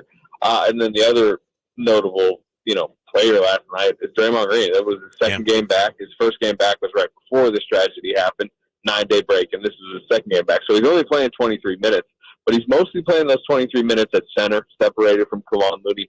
I think when his minute totals get up there, and this is like a fuller, readier Warriors team, I think he's got to play center pretty much primarily. He was really good last night. They had a lot of people post-game talking about how good he was in the pick and roll with against DeJounte Murray and how much they've been missing that. When he was out, they were the 29th ranked defense in the league. Overall in the season, they're still in the bottom 10. That's not how they win historically. And he has come back wanting to solve that, and I think he's done that in his 2 games. He's looked like, the defensive player of old that we know. We'll see how long that lasts. If he can stay out of the league's crosshairs is always a question mark. But he's looked good and he's been focused. And they kind of put an unofficial rule on him, like stay away from the referees. And he's done that through 2 games, but it's only been 2 games. Anthony Slater with us, and you mentioned the trade deadline, and I know this time of year with all the speculation, some of the trade talk, it's very squirrely, but I'm just going to ask you anyway. Do you think there's any chance of a Wiggins and Mike Brown reunion here in Sacramento? Wow. I mean, sure. I think I will say this. I think Wiggins is available. Mm-hmm. I think that's a tricky deal to get done. I think the type of package that the Kings seem to be dangling out there, reporting seems to indicate, especially in the Siakam deal, is not necessarily something that would appeal to the Warriors. But, look, the Warriors were in a 4-team deal at the last deadline where James Wiseman went to Detroit, Gary Payton went from Portland to them. They got second-round picks from Atlanta where Sadiq Bey was going, and they shipped that to Portland. Like, people can get creative in the league. So, I mean, theoretically, sure, I could see something coming out in the wash where Wiggins lands with the Kings, because I do think he's a name that'll be on the market. It's a sell low moment, which means I guess it's a potential buy high opportunity. I don't know if I said that correctly, but I got you. He's on year 1 of a 4-year extension that's relatively expensive. That seemed to be team friendly when he signed it, but he's having the worst offensive year of his career. Really, he's just having the worst season of his career at the age of 28, which is very rare. So it's a risk, but the upside is what you saw in the 2022 playoffs. He was like Kawhi Leonard for 2 months, basically, right? I mean, hitting 40% of his threes, guarding Luka, guarding Jason Tatum on the highest level, and doing it very well. So there's upside. Anthony Slater, Athletic, joining us. Anthony, when you look at the Kings, here they are 24-18, but the vibe just feels different than a year ago. Knowing Monty, knowing the situation, do you expect Sacramento to be active over these next 2 weeks when it comes to a trade deadline? Yeah, I mean, it's active in at least exploring the options. They went pretty down the road, in the Toronto situation with Siakam, which by the end of that, it's been made clear like Siakam wanted basically kind of a guarantee that a max deal, a max offer was coming, and it seems like Indiana was willing to give that, so that's why he ended up going there. But I mean, I think that shows that the Kings are searching. Monty McNair is searching for potentially some answers here, but I do think it's not as desperate as maybe the outside world seems to think it is. They're not just going to throw Keegan Murray in a trade because they want to get 5 wins better this year, or get to the West Finals or something this year. Like, they obviously want to do that, but in being around the Kings and talking to pretty much everyone involved with the Kings, like, they feel like there's a chance to have some sustained success here. Like that is still a goal, and part of that is Fox as your lead guard, Sabonis as your center, and Keegan Murray as your franchise wing. That kind of he can upsize, he can downsize. I think Keegan Murray's presence allows you to be versatile in who you go after. If it is Zach LaVine, he can play the 2. Keegan Murray can play the 4. But if it was a Siakam, you're going to be making Murray basically a 2-3. But I think there's a belief he can be that. But there's also no desire to trade him. And to me, if you were going to go big game hunting at the trade deadline, he could get you a lot. But I just don't feel an appetite for them to do that. So depends on how big we're talking. I just don't think there's going to be that big a name that moves. I think Siakam was probably the biggest name. It seems like the big stuff's already been done. Yeah, Anthony, to that point, your cohort, Sam Amick, was on the station today, and he said that last night the names he was hearing linked to the Kings were Dorian Finney-Smith and Royce O'Neal. How do you see either or maybe both of them potentially fitting into where the Kings are and what they need right now? Yeah, see, that's more of that, around the margins. Mm-hmm. Get a guy in that can play 25 minutes, but also on certain nights can play 10 minutes. If Kevin Huerter's got it going or whatever, but they're playoff-level wing defenders who can hit a 3. It's clearly what Mike Brown's been craving at times over really both of his seasons with the Kings. And it won't cost you that much. That's the big thing, right?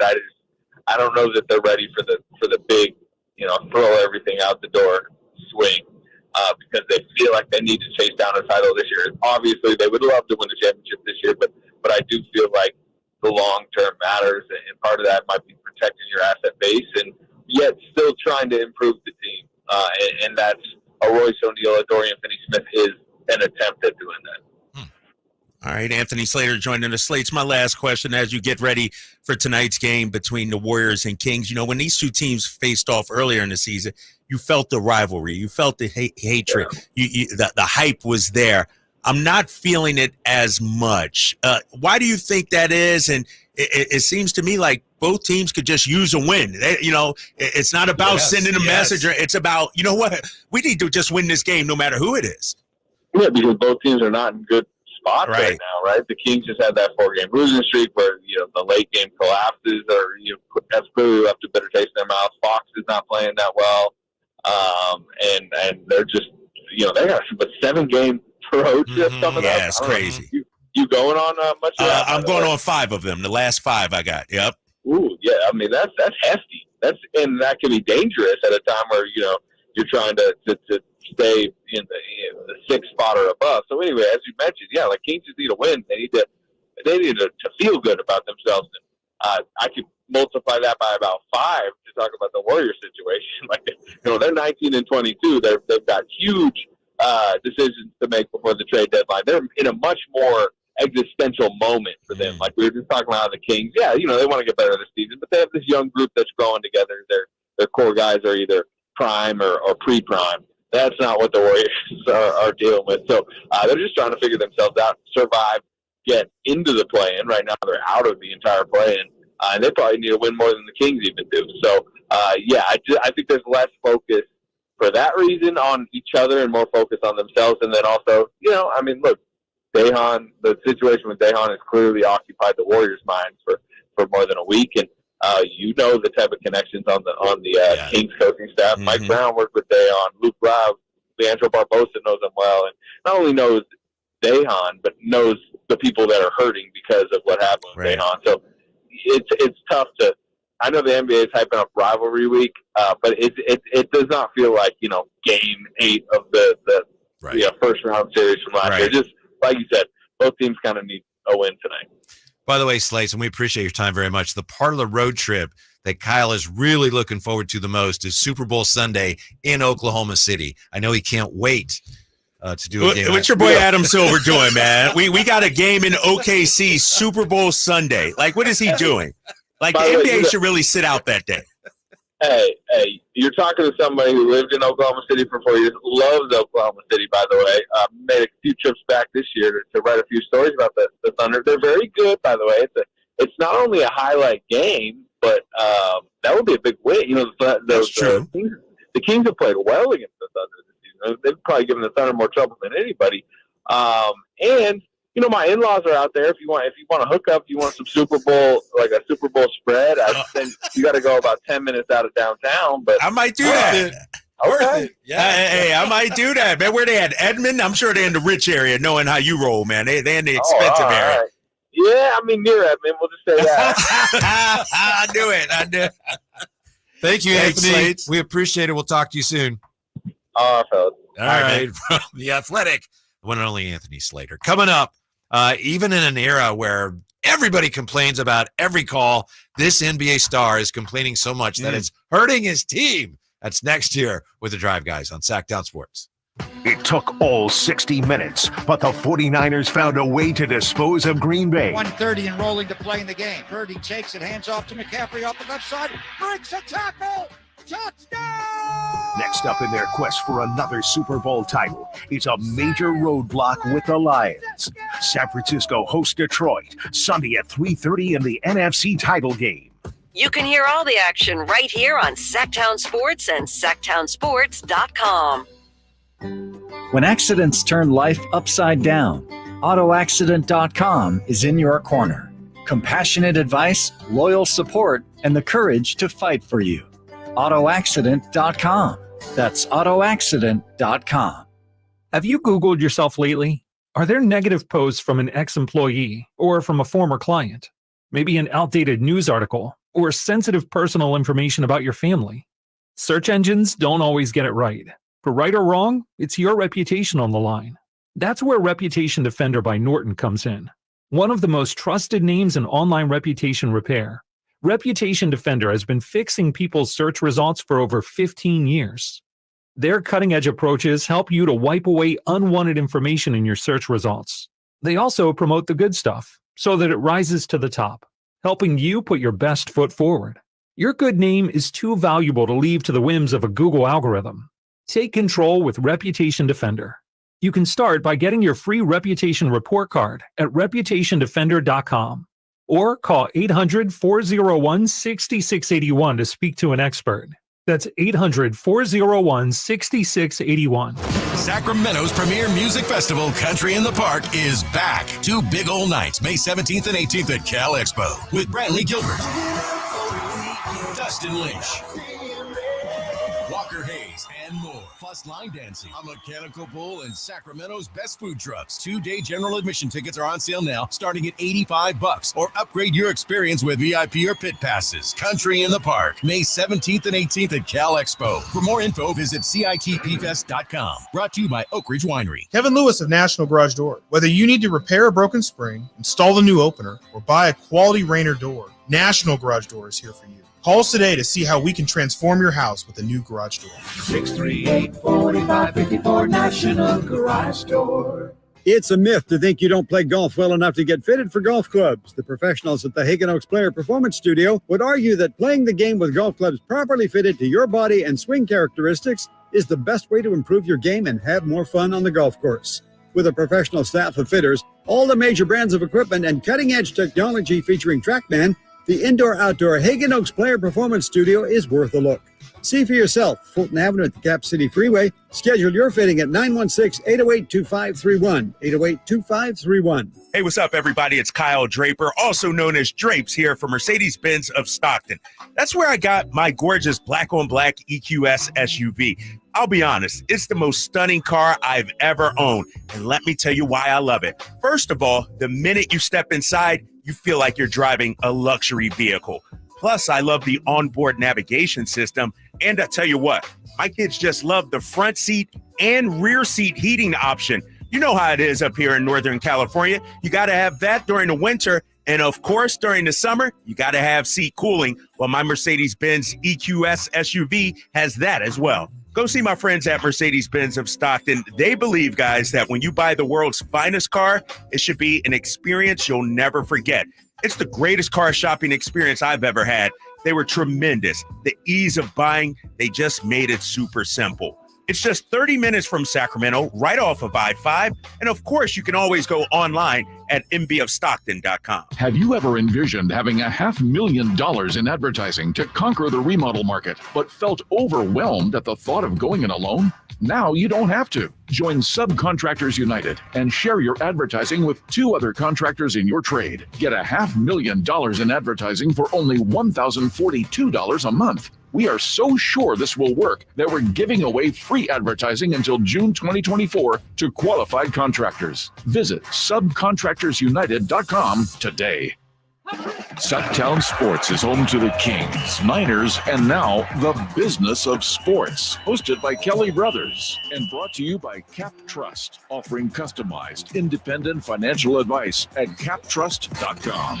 Join Kelly Brothers, Carmichael, Dave, and Jason as they look at the business of sports every Thursday at 7:40 a.m. You want to know how sports really work? Follow the money with Kelly Brothers from Cap Trust on Sactown Sports. This weekend is championship weekend on Sactown Sports as Baltimore plays Kansas City at noon on Sunday and San Francisco takes on Detroit at 3:30. Championship weekend. Brought to you by Elk Grove Kia and RC Willey Home Furnishings. Your home, your way. Live and local, it's the Drive Guys. Watch the show on youtube.com/Sactown Sports 1140. Or listen on the Sactown Sports app.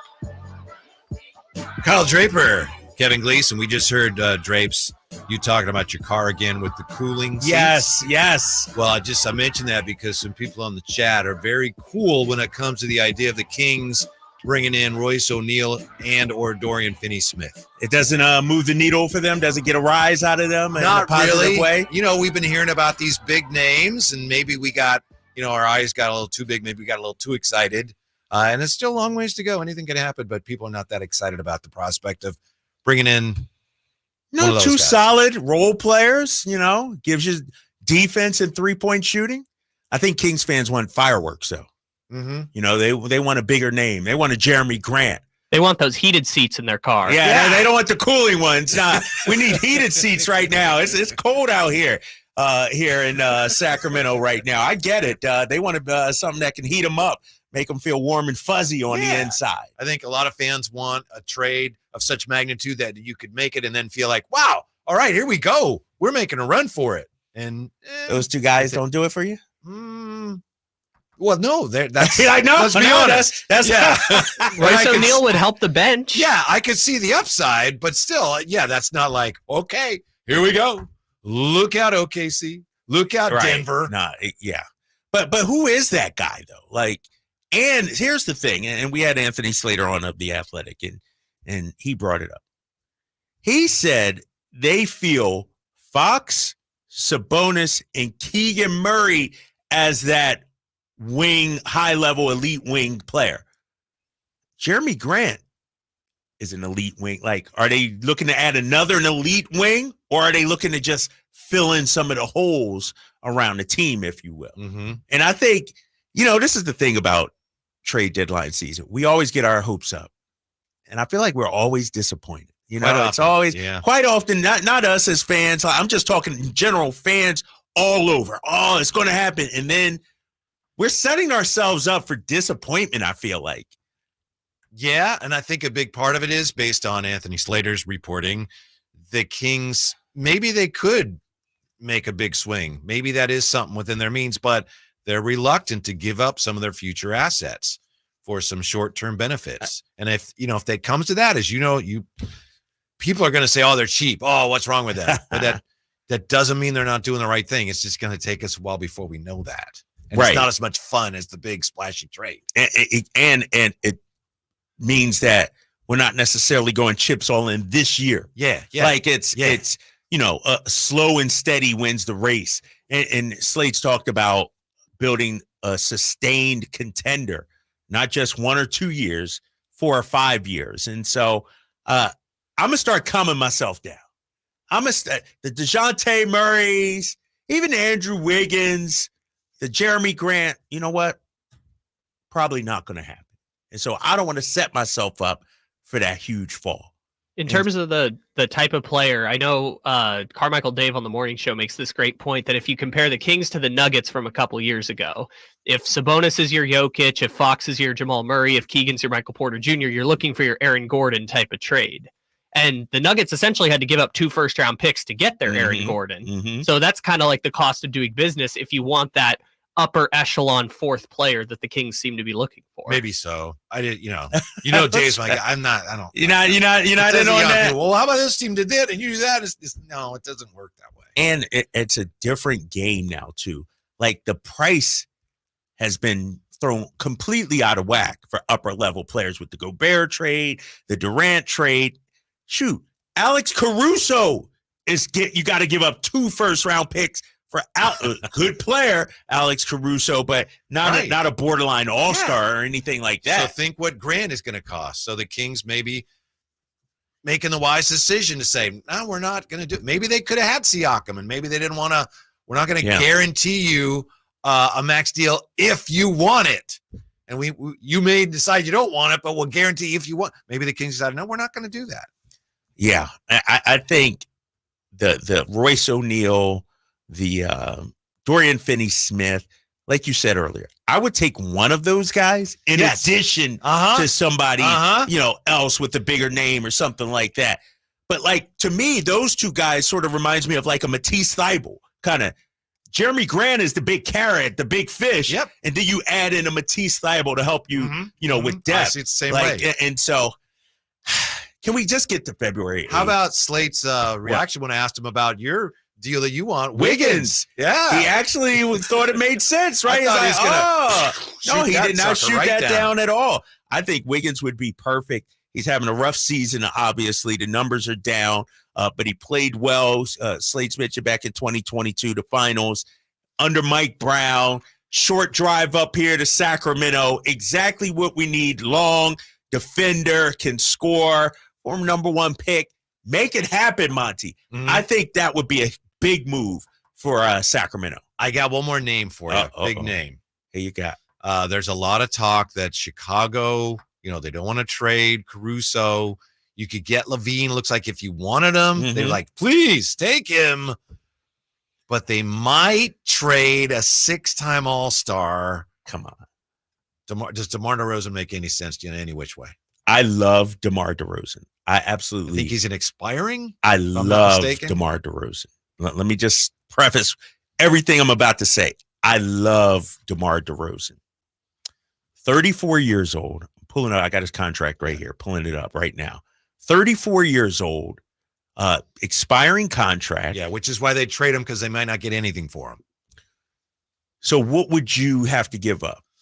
Not much, probably. Well, you got to make some of the money work, obviously. I know I asked the question, but to me, it makes no sense. It doesn't make. I know. I'm trying to see it make sense. Yeah. It's like if you're not going to trade for Pascal Siakam on a rental, why would you give up assets for DeMar DeRozan for a rental? Yeah, I agree.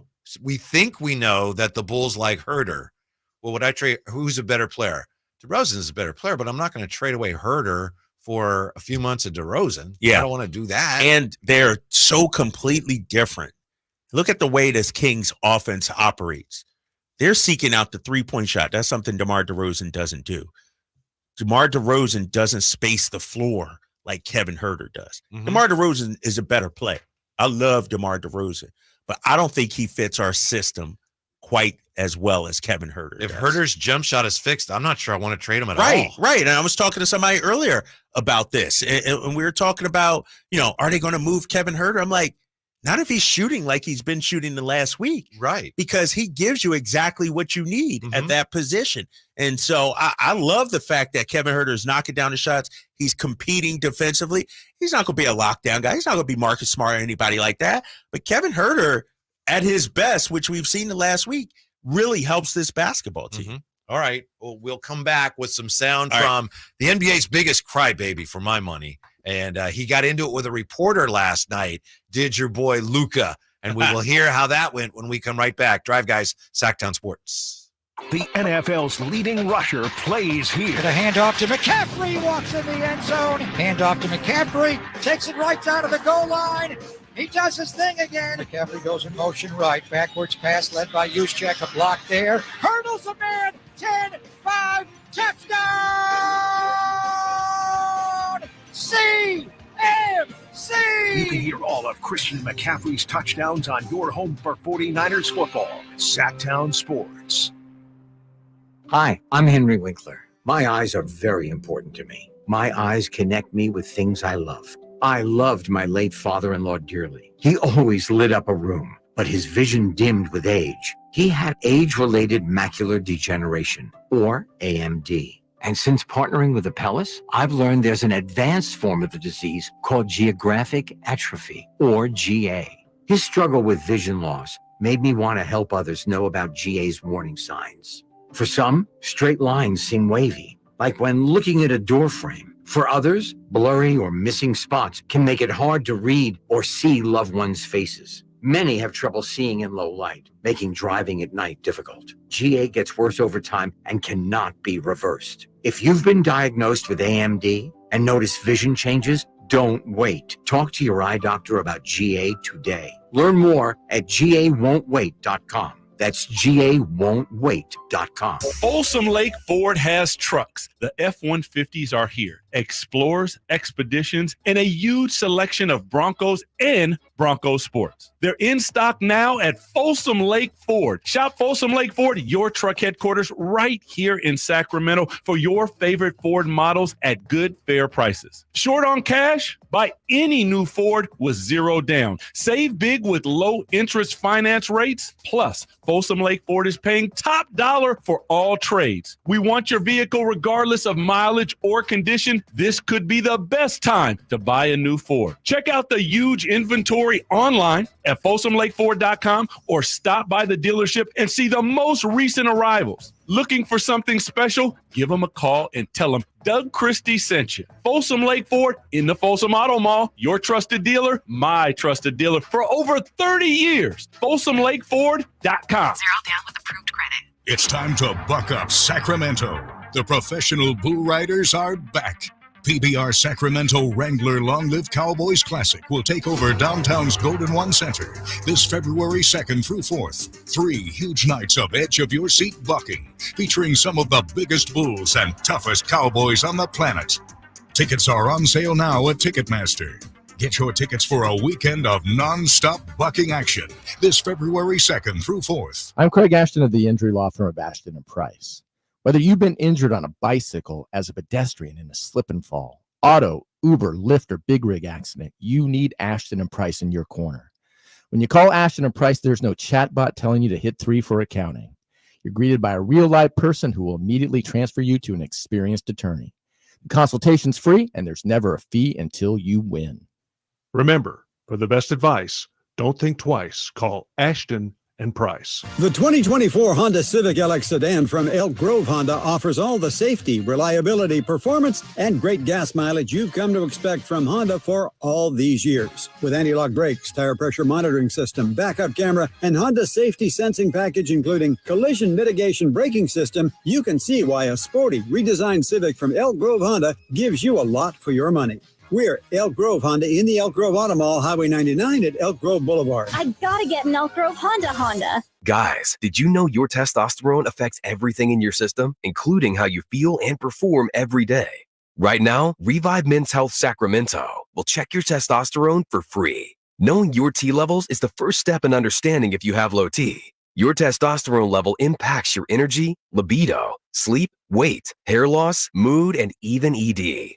Maintaining an appropriate T level can change your whole life. Most men start to see changes in their hormone levels in their 30s. Experience and results matter. So what are you waiting for? Get your T levels checked today by local, experienced, and trusted men's health experts. They've helped thousands of men since 2011. They're so confident they can help you, they even guarantee it. Call Revive today and schedule your free testosterone test, free exam, and free consultation. Call Revive Men's Health at 916-277-8599. That's 916-277-8599. Or visit ReviveMen'sHealth.com.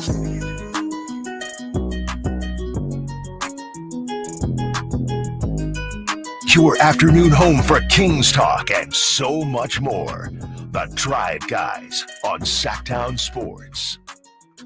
Kyle Draper's excited because, well, he just went and got some coffee. But he's also excited because we should be getting the announcements on the All-Star starters. Yes. Top of the hour. Top of the hour on TNT, and the 10 players who will be representing East and West. Remember, they go back to East and West format, I do believe. Yeah. This year. I know they're making that out like, oh, it's great. Like, wait a second. Then why did you change it? Then why did you change it, right? Yeah. Exactly. Yeah. So I'm looking, that'll be a little breaking news. I know you want some breaking news during our show. Sure. That's technically breaking news. If Trae Young is a starter, I'm not watching the All-Star game. Why?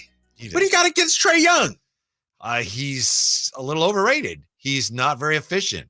If he's in the game, okay, but if he starts, I'm not watching the All-Star game. There's not a ton of guards in the East, you know? It's going to be Halliburton, and then you can kind of pick whoever you want for the second one. There's not a ton of great options. True shooting percentage is way, way down. Yeah. Takes a lot of shots. Nice player, overrated. I hope he ends up with the Lakers, because then that whole thing's going to go down in flames. But anyway. Straights, I like your point about the All-Star game format, because I think the NBA's finally figured out if we just change it every 3 years, people will not be able to complain about it, because it's like the first year they think it's cool, the second year they're like, the third year they complain about it, and then they change it again. It's like a cycle at this point. Now, are you also excited, Kyle Draper, because Kyle on the other side of the glass has come up with what it would take to get DeMar DeRozan? He's been working on. Oh, he's been working on the trade machine, huh? Per your request. Okay, what you got for me, Kyle? Together, the way the money would work, because it's $28 million, and for half a season, that's like $14 million on the deal. It would be Kevin Huerter, and then 2 of the 3 between Davion Mitchell, Chris Duarte, and Sasha Vezenkov. Unless you want to put Harrison Barnes in, but I think this is more, I guess, appetizing than trading 2 starters. I don't want to trade Herter and Vezenkov for DeMar DeRozan, who's probably not going to be here longer than a couple months. DeMar, it doesn't make sense for the Kings. I like DeMar DeRozan like you do. Yeah, I like him as a player, future Hall of Famer. I believe DeMar DeRozan, but is his daughter part of the deal too? Can we get her to right now? Hey, she's worth a win or two in the postseason, right? Yes.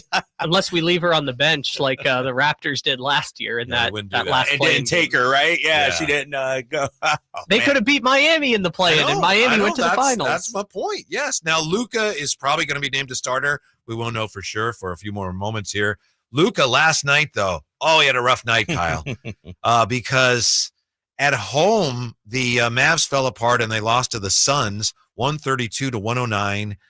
Devin Booker scored 46. You know, he and Luka have kind of a back and forth, and Devin Booker got the better of him last night. And Luka was getting heckled at home by a guy in a Suns jersey that Luka asked be removed. And here was Luka talking about all this with a reporter. I think this is ESPN's Tim McMahon. Tim McMahon, yeah. And this got a little heated after the game last night. That was not a true all. That was not the only thing he said. But I knew you would be the first one to point out something like that.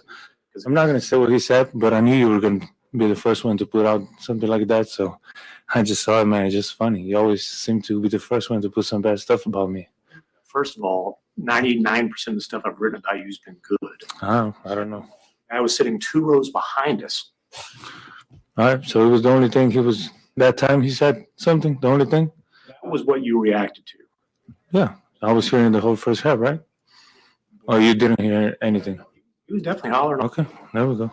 Acted. But you put out something that was just the only thing. But Okay, what was the issue? What was the thing that... It's not the issue. I'm just seeing you seems to be the first one to always put something bad about me. That's fine. It's all over. Why did you ask for the fan to be ejected? Because he was cursing me the whole first half too. Apparently what the fan said that Tim McMahon noticed and wrote about it, Luka, you're tired. Get your ass on the treadmill. And that's where Luka lost it, had the guy thrown out. Tim McMahon reported that. Luka, as you heard there, he's saying, the guy said a lot of things. That's not the only thing he said. And then so Luka was asked, well, why didn't you have the guy thrown out when he was saying those other things? And Luka says, well, I don't like getting people thrown out. It just doesn't make any sense. Luka's got a little bit of a persecution complex. I remember him telling the referees one time, why do you hate me? He does. But I'm like 99% on player side regarding stuff like this. Just because you buy a ticket doesn't entitle you to be a jerk and to throw insults at people. And so what happened last night, if you believe Luka, he had enough. And he got rid of him. Mm-hmm. He sent them out. He bounced him out the club, threw him out the bar. It sort of reminds me, I had this one situation one time. I'm in the bar, chilling, hanging, and this one dude was so obnoxious and so drunk. I just turned to the bouncer or the bartender, and people at YouTube, on the YouTube chat can see my reaction here. I just said, and they got him out. Mm-hmm. And so I get it. You get tired. You get upset. The thing I disagree with Luka on is, why are you picking on McMahon? Most writers, I think, are good people. They're not out to play gotcha journalism, nothing personal or anything like that. It doesn't behoove them to do that for the most part. Right, exactly. And Luka's one of the faces of the NBA. Ain't nobody trying to tear him down or write negative stuff about him or anything like that. Now, regarding the fan, get that fan up out of here. Because what happened to a modicum of behavior? You know, that's not that bad. No, but we don't know what was said before then, though, either. Well, that's the weird part, because Luka was asked why he didn't ask for the fan to be ejected during the first half, right? Mm-hmm. Luka says, because I never would eject a fan. They paid for tickets, but I had enough. It's a little bit of frustration. So it sounds like that maybe it wasn't that bad, and then he just, he kind of blew his cool a little bit, and at that point, get that guy out of here. Here's the other thing. I'm tired of hearing. After Monday's loss to Boston, Coach Kidd called out his team for becoming, quote, a little bit frustrated with the officiating, and we lost focus. Mm-hmm. So last night he's asked how Kidd and the Mavericks, how they can help Luka manage that issue. Kidd said, that's a great question. Don't have an answer. So it's a problem for them. Well, we know Luka's one of the biggest complainers out there. When it comes to, complaining to the refs, always begging for a foul call, selling calls, everything like that. And it's not only a problem with him. Jason Tatum does the same thing with the Celtics. They're so busy complaining that the players go on the other end, and they're playing 4-on-5 the other end because Luka's back there complaining. And so I don't know if Luka, as great as he is right now, and I'm not saying he's not a winner or anything like that, but we've seen various iterations of players playing alongside of him, and it has not worked. Luka arguably is a top 5 player in the league, but he's only been in Western Conference Finals once. His teams routinely, I feel, underachieve. Like this year, solid season, but nobody's expecting them to make noise. Mm-hmm. You've had Porzingis. You got Kyrie. Like, and it's sort of like, we talked about Trae Young. When does Trae Young stop looking at everybody around him? When does Luka stop looking at everybody and realize he's the problem? Funny thing is, and I agree with you, funny thing is the Hawks took Trae Young instead of Luka, right? Yeah. That was a big-time trade. Yeah. The guy who was heckling Luka was wearing a Booker jersey. So Devin Booker said, I appreciate the support. I don't know what he said. I hope he didn't cross too many lines, and I'll be getting his information. If you can find it, let me know. He said, Booker said, it depends on the situation when asked whether he intended to give the man tickets to a future game. I hope what he said wasn't too disrespectful, but I know in these crowded environments, we played a playoff series here. I've heard countless number of things. You usually don't hear it at home. I'm sure that was a different thing for Luka. Oh, yeah. And how about Booker going to take care of this dude? Hopefully, like Booker said, dude didn't cross the line. Like, that's the thing. Like, fans, you could boo, you could talk to the players, but some of the stuff does cross the line, and hopefully this guy didn't do that. When we come back, we will share what we have as far as the All-Star Game starters. Also, we will share with you the Detroit Lions' 3-word plan to beat the 49ers. It's Drive Guys rolling on here on Sactown Sports. For the final time in the regular season, the Sacramento Kings and Golden State Warriors collide. Accelerates front court, gives to Lyles on the run, into the lane, drops to Herter, to McGee. Crank it up, throw it down, big fella, JaVale McGee for the full windup and a two-hand ripperoo. Join the G-Man for the call Thursday at 7 as the Kings and Warriors square off from San Francisco on your home of the Kings, Sactown Sports and SactownSports.com. TaxSlayer and get your guaranteed maximum refund? It feels like the last level of a video game, facing off against the final boss who stands between you and your refund. All your refund has belonged to me. Using the power of TaxSlayer like a secret power-up he doesn't see coming. Only the most tax confident can defeat me. Throwing your laptop at his video game face and watching him crumble into a giant pile of shiny coin tax refunds. Oh, not fair. You use TaxSlayer. Start for free and get your guaranteed maximum refund. TaxSlayer. File fearlessly. Life insurance. Why are you putting it off? Can't afford it? Too much hassle? Think you don't need it? There's lots of excuses for putting off life insurance. But if you weren't there, who would pay the mortgage and other bills? With Ethos, you could be covered in 10 minutes and boom, family protected. Ethos, fast and easy online term life insurance. Up to $2 million in coverage with no medical exam. Some policies as low as $1 a day. Answer a few health questions and get your free quote at getethos.com. That's getethos.com. The world has changed a lot these last few years. You can do pretty much anything from your home, including order your new Honda from Northern California's #1 Honda dealer, Stockton Honda. Check out our great selection at StocktonHonda.com or come in today and get pre-approved all in the blink of an eye. Stockton Honda makes buying a car simple and stress-free. Anytime, anywhere, it's all here. StocktonHonda.com. At Elk Grove Honda, not only do we have a great selection of pre-owned certified cars at very fair prices, but every one of our pre-owned automobiles are treated with kid gloves with a 182-point inspection that covers everything from unibody to tires to brakes and engine filters. Then our certified cars receive a mobile oil change and fresh fill-up with full synthetic mobile oil. We know you have lots of choices of where to purchase your next car. Come to Elk Grove Honda, home of the 182-point inspection and mobile oil change. We're in the Elk Grove Auto Mall, Highway 99 at Elk Grove Boulevard. The new year is the perfect time to make some positive changes for your body and your health. If you've been enjoying a little too much food, too many sweets, and too much liquid cheer over the holidays, then you've probably put a lot of stress on your liver. A great way to show your liver some love and to detox your system is simply adding Active Liver to your daily routine. Active Liver is one of many award-winning natural health products from New Nordic, the #1 supplier of dietary supplements in Scandinavia. Available as a tablet or delicious gummy, Active Liver is an easy and effective way to keep your liver healthy and functioning properly all year long. You ask a lot of your liver, so give it the support it needs with Active Liver. You can find Active Liver at Amazon.com, or for a volume discount, visit NewNordicUSA.com. Go to NordicUSA.com, Amazon,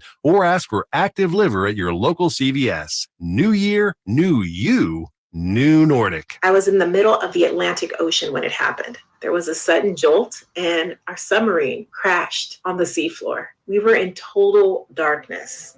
That's Dr. Dejana Figueroa, a marine biologist and STEM teacher, talking about a deep sea dive she'll never forget. It's funny, when I was a kid, I was afraid of the ocean, and there I was, 2 miles below the surface. But as a scientist, you prepare for that. Using our training and a little creativity, we fixed the sub and finished our experiments. The dive was just too important.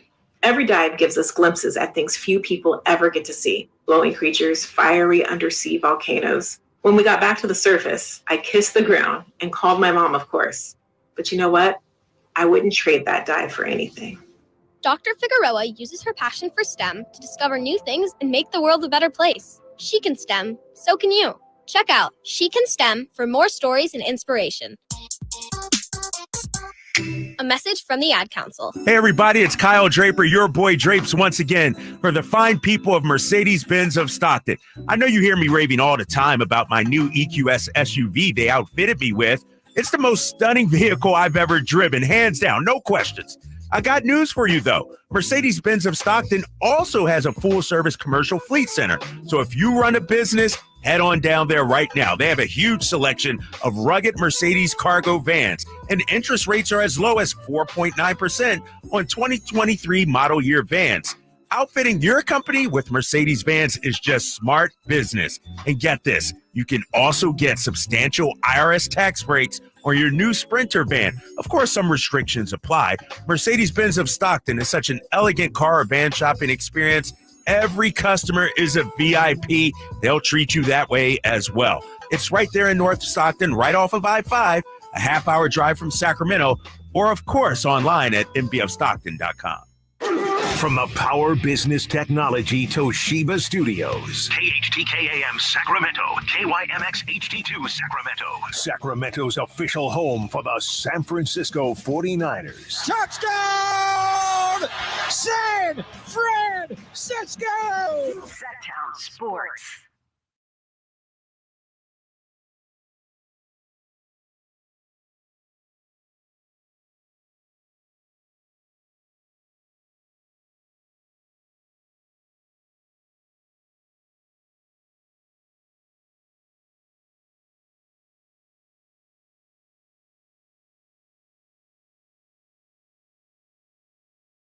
Who's the most valuable player of the 49ers, but clearly, I don't know, the computer is malfunctioning or something because these numbers can't be right. We may have to discard the whole thing and maybe we try it again. I don't know, tomorrow or down the road. This is what we call a landslide. So far out of whack. Trent Williams, let's go. Landslide. Cannot be right. That, by the way, that was Kyle's suggestion. Kyle running the show. He said Trent Williams was the MVP, but, and again, these are unofficial and clearly there's something wrong. McCaffrey, 57%, Purdy, 29%, other 14%. So sorry about that. Landslide. Don't know how that all went sideways, but thanks for trying. Landslide. Like I said, I mean, I know what I'm talking about, Whitey. You guys are one-sided, no question about that. No defensive players got any love either. How many of those votes came from you? Dude. Me and my legion of followers, the Drapers and the Drapettes out there, the legion of followers out there. Yeah, I guess that would indicate that Brock Purdy is not going to win the MVP award. Right. He's not even the MVP of his own team. He shouldn't win the MVP. But you know what? Brock doesn't care. He wants to win. Chris McCaffrey probably doesn't care either.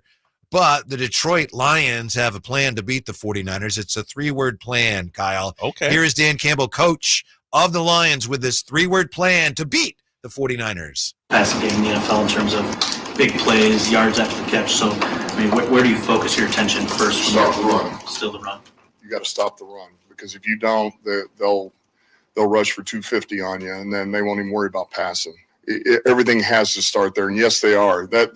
Look. Shanahan does an unbelievable job of. He's going to work one side and make you overreact, and then he counters off of it, and then he play passes off of it, and works the middle of the field. So.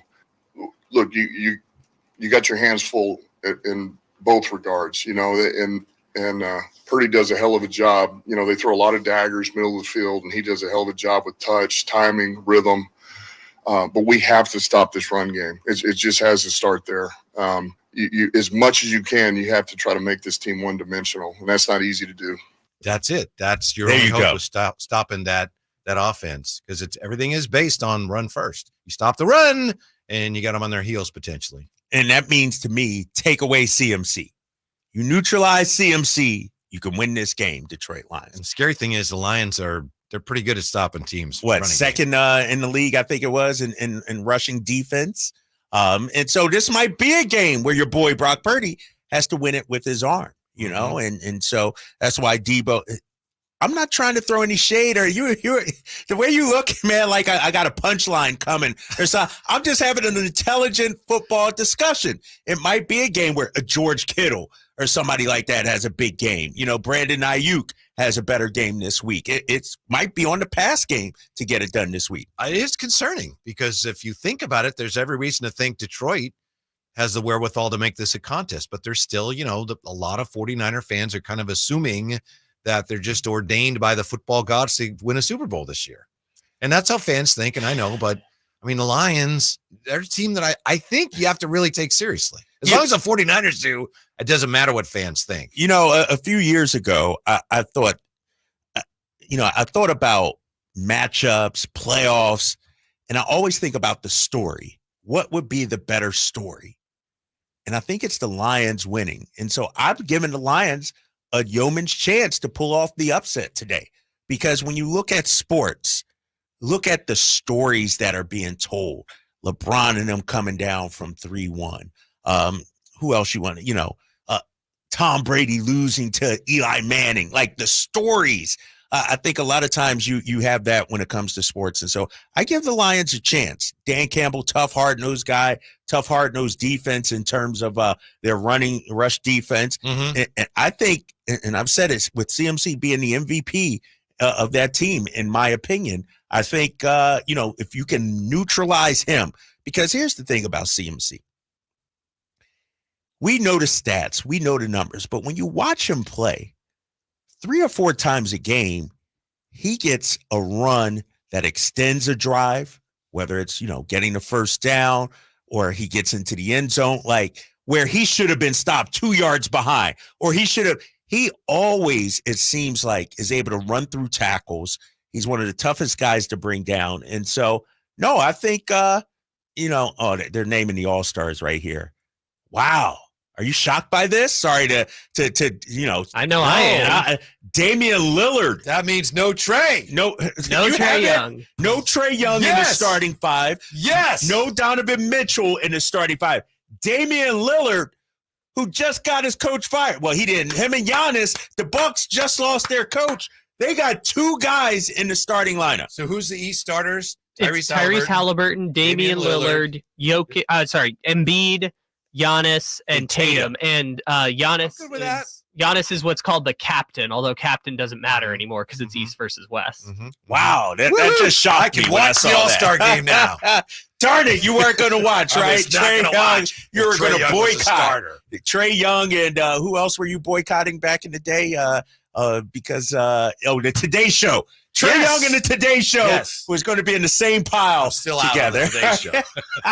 I'm surprised it was Lillard. I thought it was going to be Donovan Mitchell, if not. Wow. Right. I thought it was going to be him if it wasn't going to be Trae Young. Because Trae Young was leading the fan voting, and then is it players in media that do the rest of them? It's players in media, yes. Yeah. Players in media. That's 25%, shocking. 25%, 50% fans. And he's having a good season, but 25 points, only shooting 35% from 3. And they can't say it's a popularity contest because Trae Young's super popular, Donovan Mitchell. This is the players and the media putting him over the hump. I don't get too involved in the all-star arguments in any sport because I don't even know. Show me the rules that say how a player is supposed to be selected. Is the guy who's having the best year? Well, it's not even a full year yet, especially in baseball. If I remember, there was. You don't like the midseason? It's All-Star? fine, but I like it fine. But the notion that this guy had a great half season, therefore he's an all-star. I remember Whitey Herzog didn't pick somebody, Art Howe or somebody, and because he was leading the league in hitting, and people were all up in arms, and he said, "In the year, the guy's going to be hitting 280." Right, watch. Right.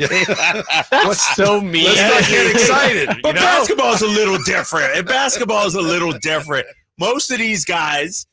Their stats are going to be their stats. Yeah, but my thing is, Dame Lillard, how could you say he's not an all-star? Okay, we could quibble about, well, this year, this or that, but right. Dame freaking Lillard. The other part of it, and this is the most infuriating thing every year, the all-star teams should be 15 in each conference.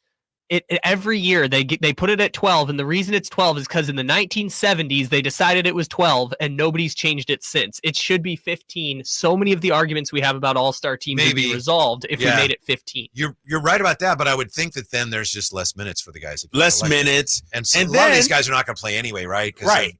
And what about players 16 and 17? Oh, he should have been in. We're going to have that argument. But it would be a lot of years, the people who we argue about, how could Paul George not be an all-star? I remember it was Devin Booker. Like, Devin Booker is like 2 all-stars short because he got snubbed 2 years in a row as the last guy. Like, a lot of the arguments we would have would be resolved if 13, 14, and 15 get it. And a lot of times they do because of injury designations. But by the time you get to, like, 36 players, it's like, okay, is that guy really an all-star? We'll be right back with the West starters after this very quick break. Right back with the West starters for the All-Star game. Drive Guys, Sactown Sports.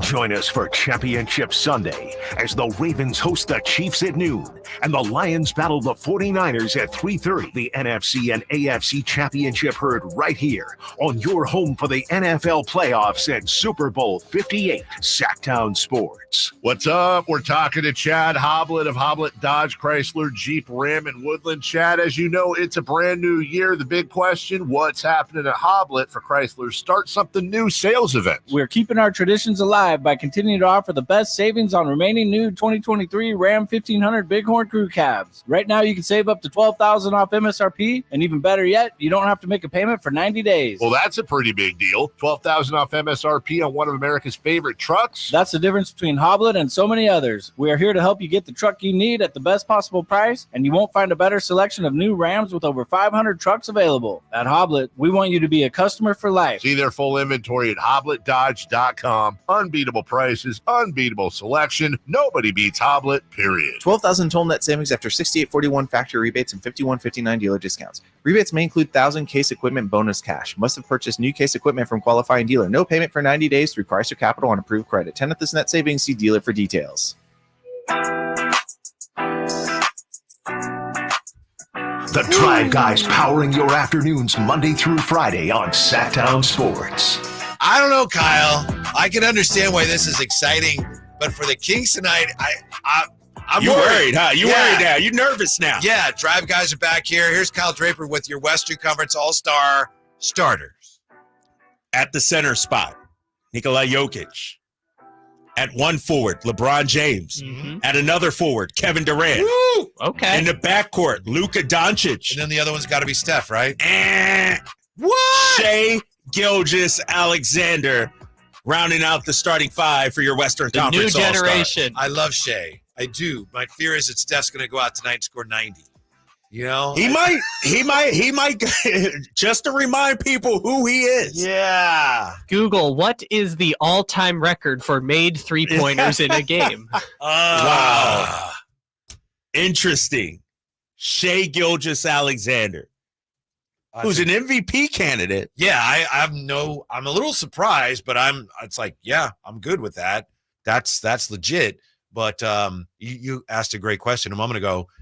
How long has it been since Steph was not an all-star starter? Not a starter. Like, I can't remember. Maybe an injury year or something. I don't know. I don't know how to find that info, but that's shocking to me. Like, this is a new guard. You know, Luka Doncic, fifth time being an all-star. I'll bet Shai Gilgeous. 21, I'll bet you wasn't a Was that the injury year? Was the year after he got hurt. And then, yeah, that'd be my guess. But probably hadn't been that long. We'll see. We'll find out soon enough rather than speculating. But Shai Gilgeous-Alexander, all-star starter. Wow. Well deserved. Well deserved for Shai. Yes. Well deserved. But here's the thing that I'm worried about. Amadrock says last year Curry was injured. Fox took his spot. Yeah, Fox took his spot. But we're talking about when's the last time he wasn't selected. In 2021, he was in fact a starter in the All-Star game, but he only played 22 minutes, which was like 12, not 12, like seventh on the team, but he did start. How about 2020? Well, we'll find it. Can you find out when? Kyle. Yeah, I mean, if it's not that year, I mean, it's probably been since 2014. Right. He's been the face of the league for the last 10 years. You know, what I'm worried about is De'Aaron Fox's play as of late. 27.4 points per game, third among point guards. Does he automatically, you think, make the All-Star team still? Despite, his numbers being down recently. Is he still a Western Conference All-Star? Who are we talking about as the other candidates? So if I'm correct, Kyle. Yes, I got you. 5 guards make the I believe it's 5 guards, 5 front court, and then 2 wild cards. And 2 wild cards. Okay. So we got Luka and Shai. Yeah. Okay. Steph Curry. Steph's going to beat it. So that's 3 point guards right there. Kyrie, no. Jamal Murray? No. He's the injuries are not. All right. Devin Booker. Should, which I'm honestly surprised. I mean, it's just the way it laid out, but Durant being a starter and Booker being on the bench is interesting. I would think Fox will, unless this slump. Let me throw somebody else at you. Please. Yeah. Anthony Edwards. Yeah, he's in. He's listed as a guard. But if that's the case, then that means James Harden is out. Because I think that last spot might be Fox versus James Harden. Gonna be tough. Gonna be close. It's going to be tough. It's going to be tough. And then in the front court, it gets tough for Sabonis too. Like Sabonis should get in, but you have. I'm already assuming that he won't, even though he should. It's tough because it's Anthony Davis, which AD's been playing great. I'm not going to hate on Anthony Davis. Pick your favorite Pelican, whether it's Ingram or Zion. One of the Pelicans over Sabonis. That's probably the conversation, right? Is one of those Pelicans or Sabonis, And then you have a group that's includes Alperen Şengün, who's having a great year, but Sabonis probably should won't be get ahead it. of him. Yeah, he probably won't get in. Markkanen with the Jazz probably won't get it. How about this though? Kawhi Leonard. See, he's there. That's Kawhi's the in. tough one. Does Paul George get in too? And at what position is Paul George get in? I don't think Paul George is going to get in. Wow. I think the Clippers' 2 All-Stars are Kawhi and James Harden. Here's the frustrating, not frustrating, but the real about this whole discussion.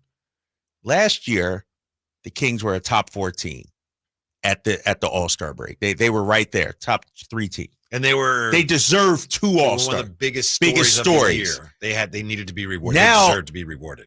7th in the Western Conference. You're right. Do you deserve 2 All-Stars when you're 7th in the Western Conference? You just give reasons for voters to overlook things that they probably shouldn't overlook. And like Sabonis he's habitually overlooked. You guys were just talking about Zion against Sabonis. Well, when it comes to who's having the better year, we know, but who's the better all-star candidate for the NBA? Right. It's not even close. Yeah. Unfortunately. Yeah. You think it's about, but this is the coach's pick, right? The reserves. And so if they went centers, Domantas Sabonis would be there. That's the other thing. But now you're competing. You're not yet. Now you're competing against front court, small forwards, Kyle, power forwards as well. I think Domantas Sabonis is the 3rd best center in the entire NBA, behind Jokic and Embiid, and then, in my opinion, is Domantas Sabonis. But his competition isn't other centers. And I don't consider Anthony Davis necessarily a center. That's just me. But Anthony Davis. What about Karl Anthony Towns this year, Kyle? He's not going to get it. There's going to be one Timberwolf. It's going to be probably one Timberwolf. So, well, Anthony Edwards for sure, right? Yeah. That's the one I would assume. No Rudy Gobert this year? Again, if it were 15, I think Rudy would have a better chance. I have the efficiency rating numbers up here right now, just kind of in order, which is not a perfect science, but it just gives you kind of a good eye test idea. What is that, the player efficiency rating, the PER? Yeah. John Hollinger's thing? Yeah. And so the order they have it right now among West players would be Anthony Davis, Kevin Durant, Kawhi, Şengün, Markkanen, Sabonis, and then Zion Williamson. In fairness, though, LeBron is also below all of them, but LeBron is obviously a starter. Yeah. So that's what they have the efficiency ratings listed as. It would be a gluttonous group fighting for 2 spots. To your point, Kyle Draper, when the NBA decided around 2012, if I'm not mistaken, to do away with the center position as an all-star position, that's a terrible, stupid decision. They did it because I think Roy Hibbert one year was, it's right. Like, we got the to have a center center position was and now centers are back. Dominating. Yes, now. Yeah, there's you're no right. reason not to have that position as an all-star position. None. No, and that hurts Domas. It really does. But he should be. I mean, because you can't just look at, he's not top 10 in scoring. What he does, like this guy is 2nd in the NBA in triple doubles. He has his double streak going on. Like this guy isn't. Here's the thing: an all-star when you see it. Domantas Sabonis is an all-star. Now is De'Aaron Fox an all-star? Like somebody deserving is going to be left out. To Kyle's point, if you go to 15, maybe like Devin Booker or De'Aaron Fox might get left out. Devin Booker just scored 46 last night, and they're on a winning streak. That's what I'm saying. Oh man! Meanwhile, in the East, Trae Young and LaMelo Ball are going to be all-stars. Ouch! LaMelo's not going to be there, bro. You got to get 6 guards somehow in the East. You got Brunson, Maxey. Don't forget Maxey. Maxey will get in over LaMelo. That's Maxey probably fair. Maxey, Brunson, Donovan Mitchell, and then the 2 starters. That's probably your group in the East. What's as a Kings fan, we shouldn't even be having this discussion. If the team would have taken care of business, they would be a top 4, top 5 team. Well deserving of 2 all-stars. Now, when you look at it, we're just talking about the standings. You're being 7th in the standings. It's a stretch. It's a stretch to get 2 all-stars when you're 7th in the standings. And so what? The rest of the team comes out next week, if I'm correct. Yes, at this time next week it should be, which, I mean, if the Kings are only going to get 1, I think we should articulate for Sabonis being the one, because I mean, he's been just as good this year as he was last year, and he's got a great chance of making it in the West. I agree with you. Easily. I could see tonight, I could see Steph, saying, all right, I'm going to prove that I should have been a starter. And I could see Fox saying, I don't know if I'm going to make the team. I better show everybody I deserve to be an all-star. And we're going to get a show tonight. Heck of a game. Yeah. Heck of a game tonight. I can't. And our guy G-Man will be on the call here on Sactown Sports 1140. Real quick, guys. We're talking about Anthony Davis. Do the Lakers deserve 2 all-stars? No, but they're the Lakers. I mean, no, but it's the Lakers. Yeah, that's kind of the point. 22 and 23, under 500. So you're right, but it's like the Lakers are on TV all the time. I know. Is there any team in the West that deserves 2 All-Stars this year? I think it's the Clippers and the Suns, and that seems to be about it. I think Minnesota deserves 2 All-Stars. Cat. I think Cat's having a heck of a year. I think he's having and Kyle, you might be biased against him. You might not be a fan of Karl Anthony Towns. I'm not one of those people. But he's having a heck of him. a year. Rudy Gobert is having a heck of a year as well. Like, they've been in first place pretty much the entire season up until this last few days. Like, should OKC get 2? They won't, but should they? No. Number one team in the Western Conference? Because Shea is that singularly great player. Yeah. Like Shea is that singularly great player that is the reason they are as good as they are. Tied for the second best record in the entire NBA. Who would the other guy be, in your opinion? That's not my question. You're just asking me. Yeah, I mean, that's the problem. It's like, maybe, but Jalen Williams, yeah. It would have to be Chet. Player. It would have to be Chet. Chet, yeah, and he just doesn't measure up to right. it. Yeah. This is tough, man. I don't think Wemby's going to make the All-Star team this year. No, and some people are like, oh, he should. No, he should. But how about this? Let me throw this at you. I'm going to say something controversial. Uh-oh. Do we got a controversial stinger, a tune, or let me find a the hot take, let me find the take Drake's or something take like thing, that? Yeah. Calm down, Ryan. Calm down. I don't believe I'm about to say this. I'm about to say it. But I'm just raising the issue, raising the argument, if you will. Should Steph Curry be an all-star this year? Are we looking at individual numbers or team success? What are we rewarding in the NBA? Steph Curry's an all-star. He's like the face of but in terms of production, he's putting up numbers, but it's not leading to wins. Okay. So I could make an argument. I'm not saying So your hot take is I'm not saying it. But should Steph Curry be an all-star? What are we valuing in the NBA? Right now, they are 12th in the Western Conference. Yes, he should be an all-star. Then Trae Young should be an all-star too then. Yes. You're saying Trae Young's as good as Steph? No, I'm saying Trae Young is having a heck of a season. Yeah. His numbers aren't as I think he's saying far off from the Steph. Hawks are the Warriors. Right. Yeah, that's this year. The Atlanta Hawks 18 and 26. How many rings? You know, that's the whole it's thing. Not about, it's about it this is. year, Whitey. It's about this year. All-Star game. That's why we have these arguments and we go round and round because there's all different standards. So it's like in standing the baseball, shouldn't matter. Like, Hank Aaron was always an all-star no matter what. Willie Mays. Right. They should right. have. I get that. Yeah. But LeBron should always be an all-star. When deciding our all-stars, should we look at the standings? Yes or no? It should look at it. Yes. But for certain guys, you ignore those. I believe that's the way it's always been, and that's the way it should be. What do you think, Kyle? A case-by-case basis is important here. Like, based on the starters, LeBron should not be an all-star starter this year. But is anybody really going to have an issue with that? No, because it's LeBron. We just are kind of resigned to the fact that that's how the system works, and it's fine. It's just, if we're going to treat if at the end of people's careers, we're going to treat the all-star game as this, like, sanctimonious thing that determines how good or bad their career was, then we should have different standards for setting the all-stars. Because in the same boat, Larry Markkanen's top 20 in points and top 20 in rebounds in the league right now, and he's not getting a whiff of the all-star He's not getting game. a whiff of an all-star team. Yeah. I just think, when we talk about all-stars, how come with some guys we value winning? I thought that's the most important thing. I'm trying to have the debate here. I'm having a discussion because we just went down the list and you guys are telling me Oklahoma City has one. You guys are telling me Minnesota should only get one. Minnesota's been the best team in the West all season until the last couple of days. But it's a case-by-case basis. Karl Anthony Towns deserves an all-star. Over Sabonis? Rudy Gobert deserves an all-star bid this year, in my opinion. I'm just saying, why don't give me that look. Well, no. No, this isn't a Drake State trying to get a raise out of people. You take a player, and this is a Gavin Maloof bobble, but you take a player without an arm of any team, and you put him like that and go, man, that guy's an all-star, right? Or he's not. but you can't judge them that way. You got to take all the other players and line them up and compare them, and I can't pick them all. So you can't just, but there's guys that are all-star worthy that are not all-stars. That's just the way it is. So what I'm being told then is standings doesn't matter.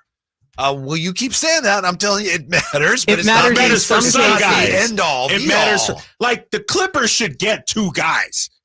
The Clippers been the best team in the league over the last 6 weeks. And Phoenix should get 2 people because Phoenix is so star dependent that the fact that they are this good is a byproduct of those 2 stars. You can be a really good team without having 2 all-stars. Oklahoma City is as good as they are because they have this singularly great player in Shai Gilgeous-Alexander. So it's a case-by-case basis. But Golden State is 19-22. This is what I'm saying. I know, but take away the name.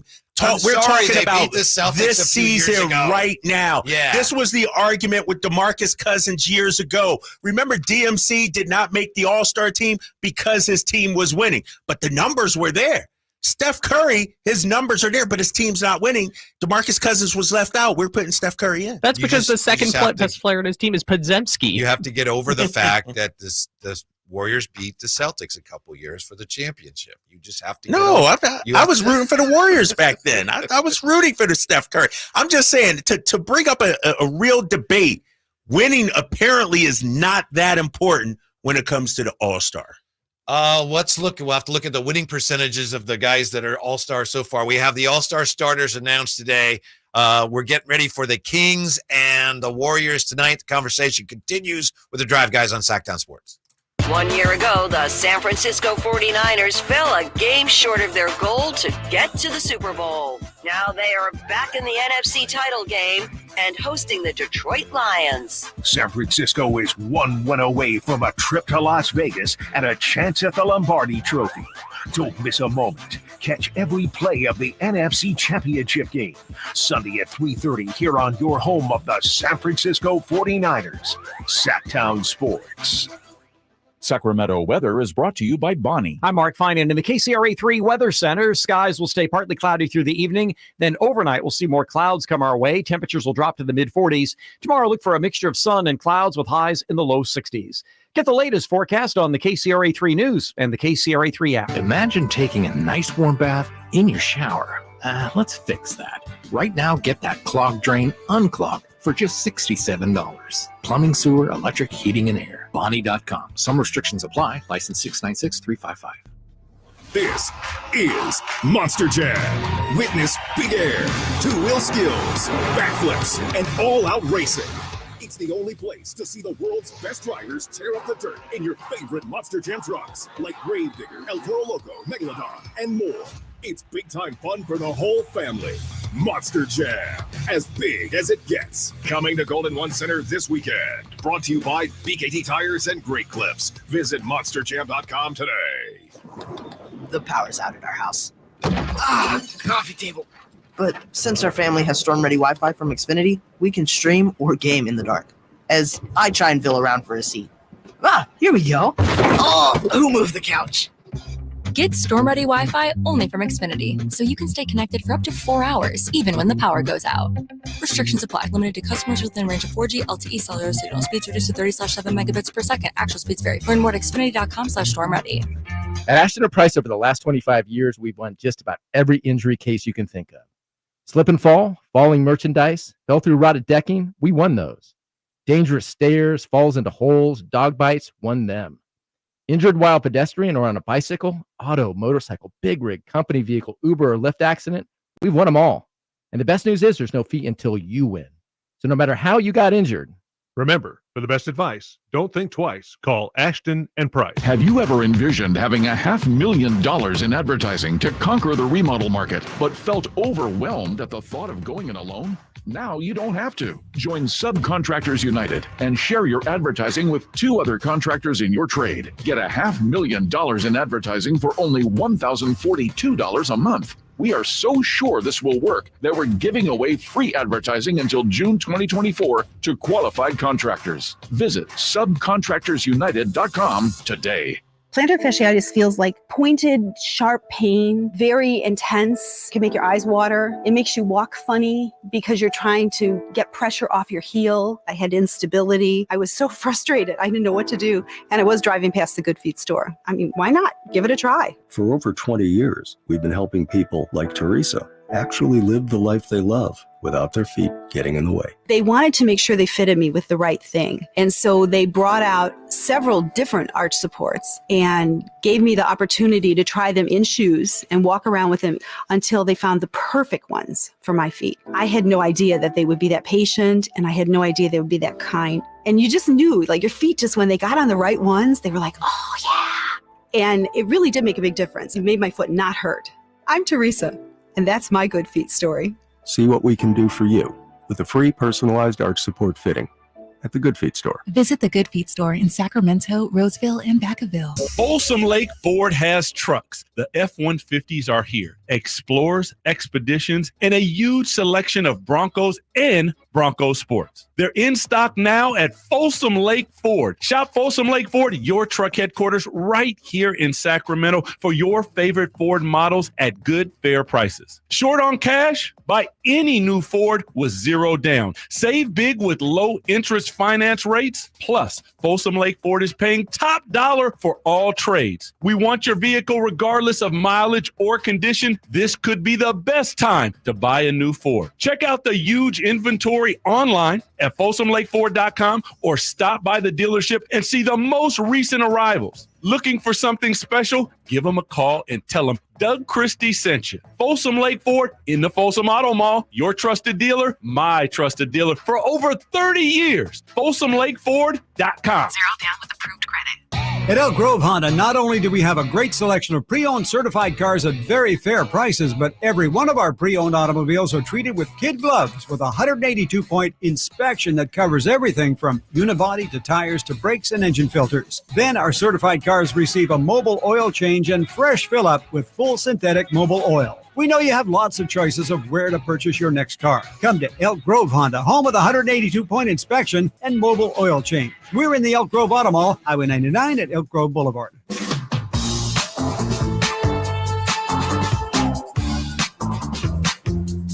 Your afternoon home for Kings talk and so much more. The Drive Guys on Sactown Sports. Woo! It's too bad that Kyle Draper is not going to be on the call tonight. Got a nationally televised game, so Drapes and the crew, they got the night off, which is great for him, but it's too bad for us because he's on one today about this all-star voting, and I'm sure that would have carried over into his broadcast. Yeah, I mean, I'm always looking for reasons to discredit the Warriors and shoot them down. And, Steph Curry minding his own business, getting ready for today's game, and Drapes up here like, is Steph Curry really an all-star? I'm just saying, we clearly aren't valuing winning when it comes to selecting the all-stars. Well, that's like, I think there has to be a threshold. When you say we, as far as the starters, it's selected by fans, selected by media, and by players. So, we encompasses a lot of different people. Right. That's all. And Steph was not named a starter. Right. So now it's on the coaches. And I firmly expect the coaches to name Steph Curry as a starter. But as an all-star. As an all-star, I mean. Yeah. But there will be a number of guys who are left off. Think about this. Should Jamal Murray be an all-star this year? You could make an argument. Kyle says, no, he hasn't played enough games and everything like that. But you could argue Jamal Murray's never been an all-star. You could argue he deserves to be an all-star. Yeah, they won a championship last year. They won a championship. He'll probably be left off the list. You got two guards already starting. But then when you look at who else in the West? James Harden. James Harden playing lights out since coming to the Clippers. Big reason why they've turned it around, if you will. Remember, the Clippers were struggling early. They get James Harden, things start going. So are the Clippers only going to get one all-star? They've been the best team in the NBA since the last 6 weeks or so.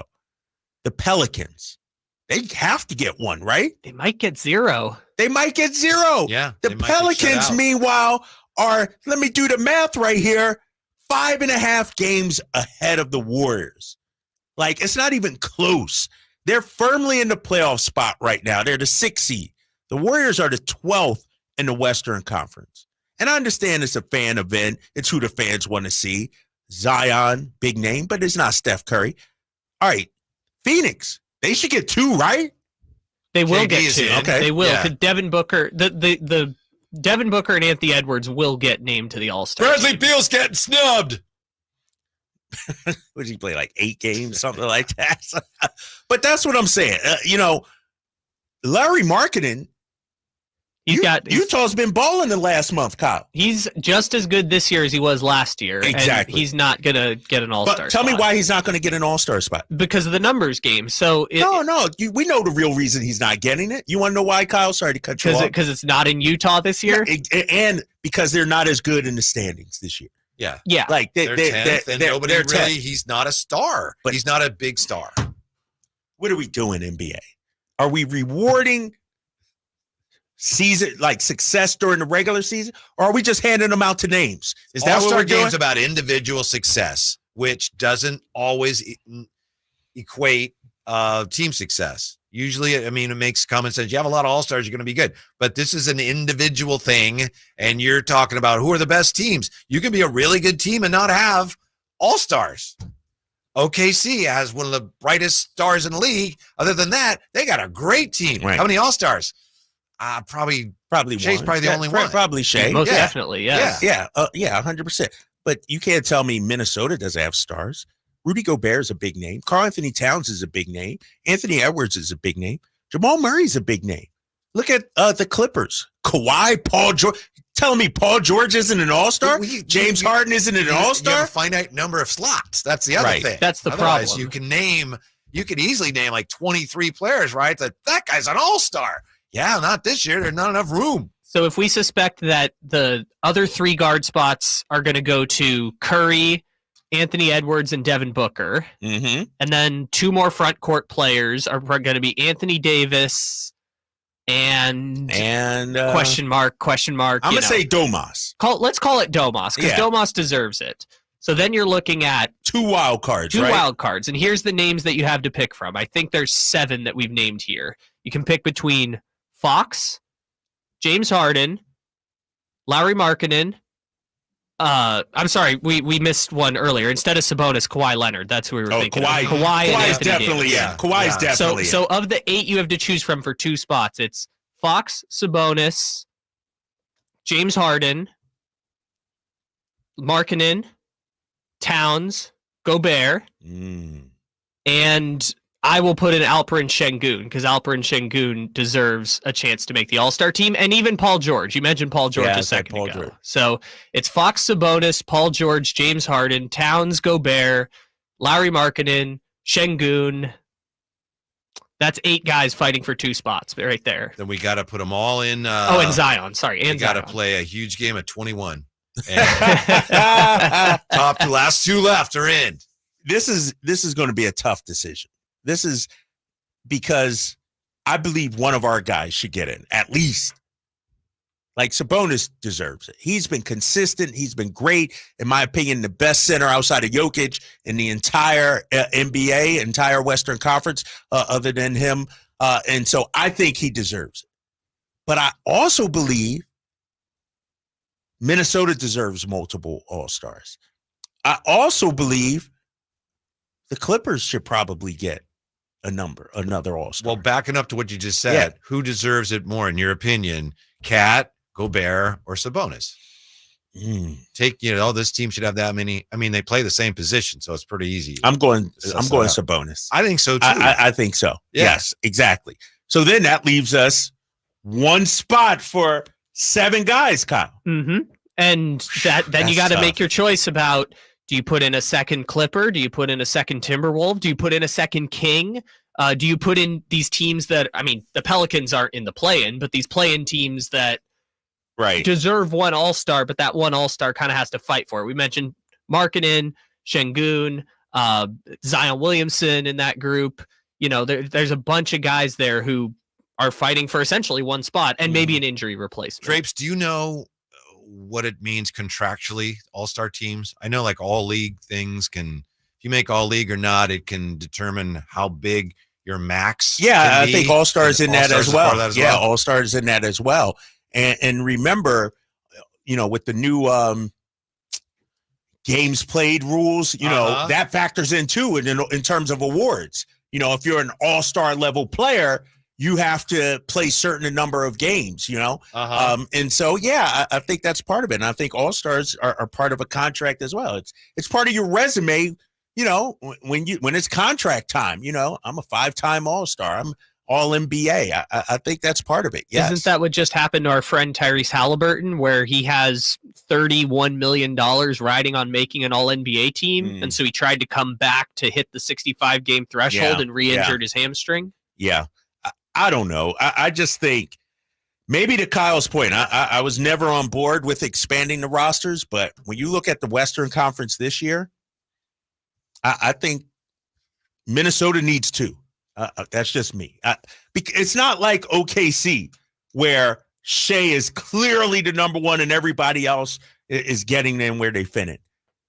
Cat has been fantastic this year. Maybe AD doesn't make it. I mean, we've been assuming. Yeah, maybe he doesn't. What do you think about that, It would Kyle? be really messed up if he didn't. I mean, he might not, because obviously he hasn't played as many games as some of these people, but it would be, oh no, he's played 43 games this year. I shouldn't say that. He's played most of the games this year, but it would be really messed up. He's 7th in the league in efficiency rating right now. I believe he's 3rd in rebounds in the league. He's averaging 25 points a game, which, you were bagging on Steph Curry a second ago for scoring 26 points a game. I wasn't me. Look at the standings, though. The Lakers are better than the Warriors. It would stink because Anthony Davis has been better this year than LeBron James. He'll be in.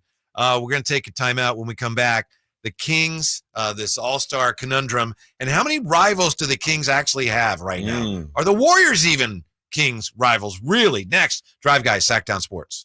The NFC Championship game featuring the Detroit Lions and the San Francisco 49ers. Sunday at 3:30 on Sactown Sports and the Sactown Sports app. Progressive presents Precious Moments. Yeah, I caught my first fish, Dad. Great job, buddy. He's a beauty. Thanks for taking me fishing. Love you, Dad. I love you too, son.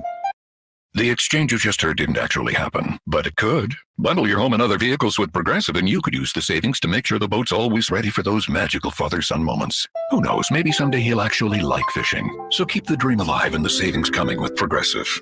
Progressive Casualty Insurance Company, affiliates, and other insurers. Not available in all states. If you love to travel, Capital One has a rewards credit card that's perfect for you. With Venture X, earn unlimited double miles on everything you buy and turn everyday purchases into extraordinary trips. Plus, receive premium travel benefits like access to over 1,300 airport lounges where you just check in and chill out. Open up a world of possibilities with Capital One. What's in your wallet? Terms apply. Lounge access is subject to change. See CapitalOne.com for details. I was in the middle of the Atlantic Ocean when it happened. There was a sudden jolt and our submarine crashed on the seafloor. We were in total darkness. That's Dr. Dejana Figueroa, a marine biologist and STEM teacher, talking about a deep sea dive she'll never forget. It's funny, when I was a kid, I was afraid of the ocean, and there I was, 2 miles below the surface. But as a scientist, you prepare for that. Using our training and a little creativity, we fixed the sub and finished our experiments. The dive was just too important. Every dive gives us glimpses at things few people ever get to see. Glowing creatures, fiery undersea volcanoes. When we got back to the surface, I kissed the ground and called my mom, of course. But you know what? I wouldn't trade that dive for anything.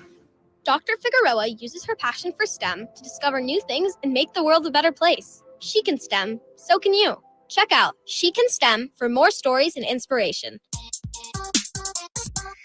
A message from the Ad Council. Hey, what's up, everybody? It's Kyle Draper, also known as Drapes, here for Mercedes-Benz of Stockton. That's where I got my gorgeous black-on-black EQS SUV. I'll be honest, it's the most stunning car I've ever owned, and let me tell you why I love it. First of all, the minute you step inside, you feel like you're driving a luxury vehicle. Plus, I love the onboard navigation system, and I tell you what, my kids just love the front seat and rear seat heating option.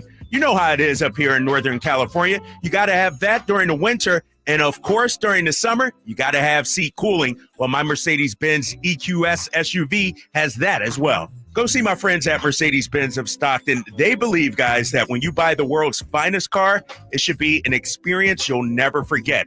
It's the greatest car shopping experience I've ever had. They were tremendous. The ease of buying, they just made it super simple.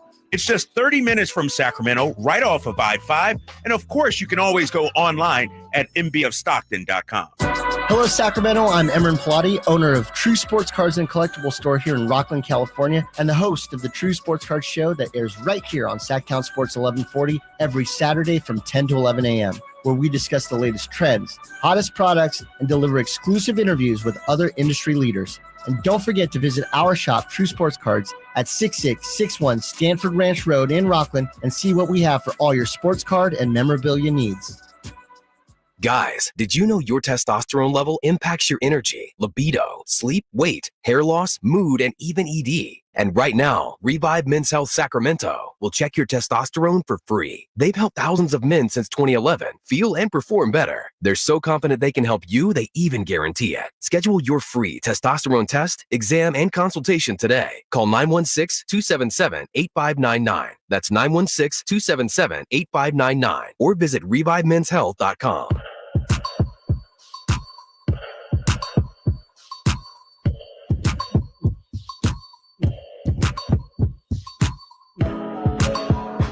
Drive Guys, live and local, every afternoon, Monday through Friday on Sactown Sports. I want to make sure we're actually going to have this conversation.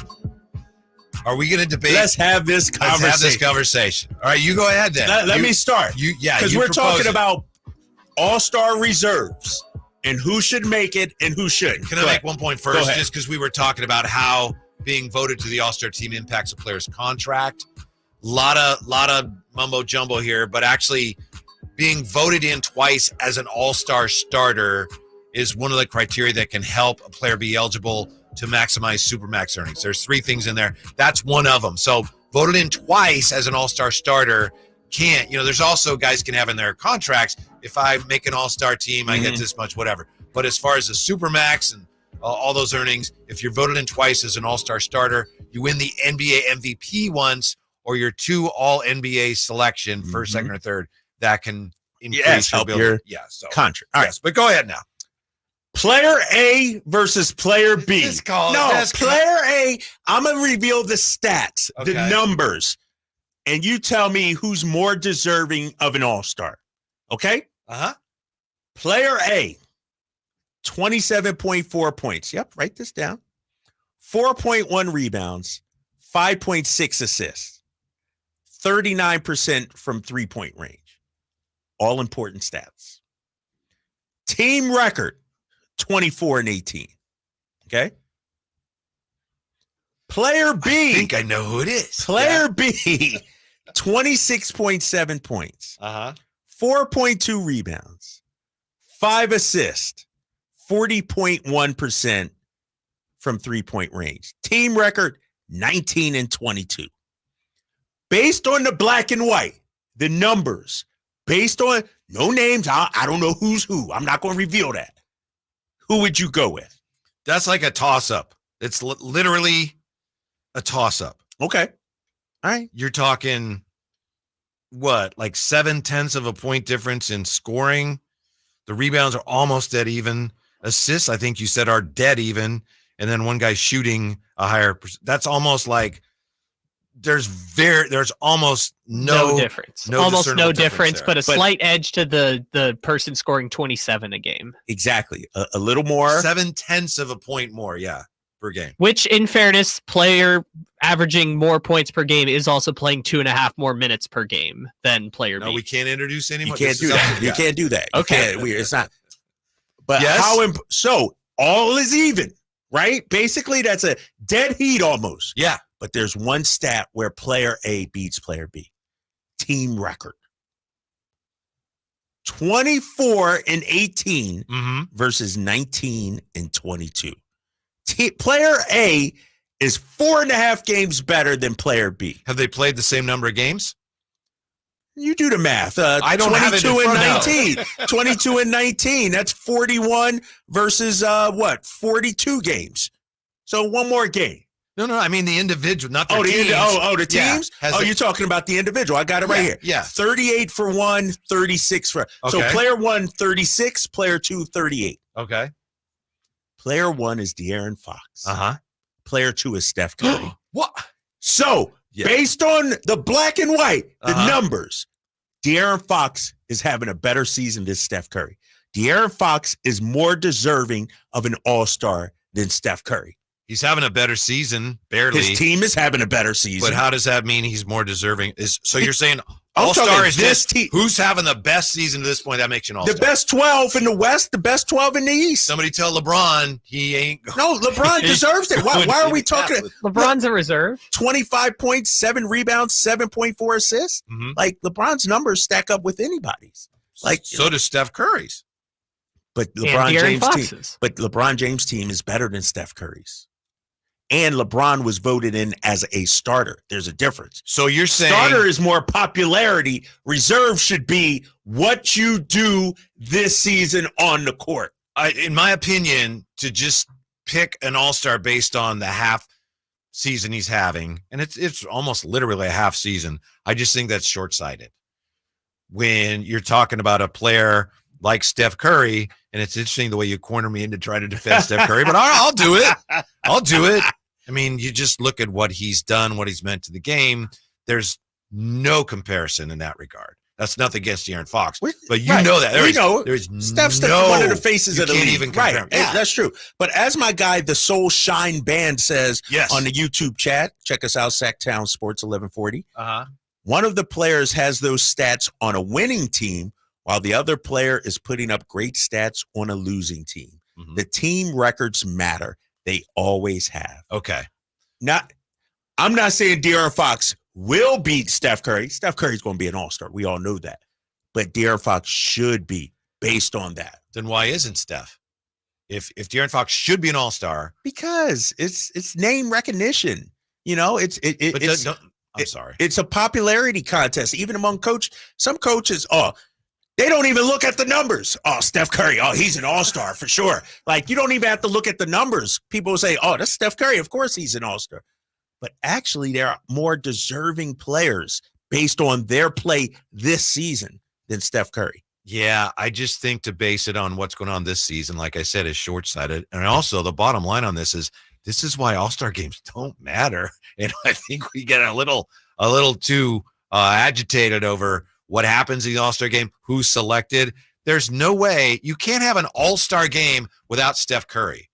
That would be wrong. If you're going to have an all-star game, all right, Steph Curry's not going to be in it. Why not? Well, De'Aaron Fox is averaging It's better. 7/10 of a point more. And their team is that's not right. 4.5 games better. That's okay, and his team's playing better. That's not what an all-star game is about. But here's the problem, All-star game is a celebration of the game and the best players. I agree, but here's the problem. When money is tied to that, contracts, like being an all-star starter, let's say, you just mentioned it. Yes, but neither one of them are. Neither one of them are. But that's tied to your contract. That helps your earnings power. And I would argue this, Hall of Fame candidacy. Yep. Well, Steph doesn't have to worry about that. No, he doesn't, but De'Aaron Fox might. Mm-hmm. Like this year, De'Aaron Fox is deserving of an all-star. You can't tell me otherwise. If Steph Curry's deserving based on the play, because that's all I'm basing it on. It's also possible they can both make it, like they did last year. They both Right. should. I mean, so without question, they both should make it. They both should. You're right about that. But if we're just having the sake of this argument, and I understand Steph's the face of the league, but John Morant, before all this trouble, was the face of the league. Should Ja be? Victor Wembanyama is probably a top 5, top 10 attraction in the NBA. Should he be an all-star? Face of the league. I know some people that Some say people say he should be. Got to be a combo It's of a the celebration of the NBA. I wouldn't be surprised if he is. And does he deserve it? No, of course not. But since it's the All-Star game, I wouldn't be surprised if they decide to put him in there. Because that's what the All-Star game is. Man, people coming at you on the YouTube chat. Do you want the smoke or no? Yeah, I can see it. Look at Mike Nussbaum. My guy Mikey Nussbaum. You see it there? Yeah. All right. Hey, why do we know you're a closet Warrior fan? Go ahead, man. Now you see how it feels to be Drapes. No, that was the smoke right there. That was the smoke. Yeah, I think you know it too. It's Steph freaking Curry. I want to know. Let's put them both on the All-Star team. We got another half hour to go before game night. 916-339-1140. If you had to pick one, is Steph Curry or De'Aaron Fox more deserving this season? You're asking this on the home of the Kings? Yeah, I was about to say, this is. I dare someone to call in and say, I think Steph Curry is more deserving. I think we know how that's going to go. And that's great. Fan's going to fan. Right. That's wonderful. This is the fan show. This is not about Drapes and Whitey talking for 4 hours. I want to hear from the fans. I know, but just don't point to the numbers and 10 minutes go, see, I told you. That's all. There are numbers that back Steph Curry being better than Fox, too. Yeah, you got to dig deep, though. Yeah, you gotta get into the nerd stats. Right, you got to get into nerd stats. But I do want to hear from people. I live in the nerd stats. Maybe I'm off base because we're people are like, well, De'Aaron Fox has fallen off a cliff lately. But when you look at the totality of the season, De'Aaron Fox is having a hell of a year. I hope they both make it. I doubt that Fox is going to make it. Because it's a popularity cut. Like I just said, because coaches look, Steph Curry, that's automatic. But De'Aaron Fox is having a better year. De'Aaron Fox is as good of a year. No, but then you throw in the team success.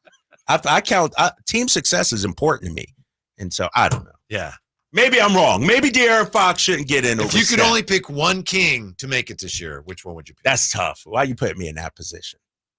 I couldn't do it.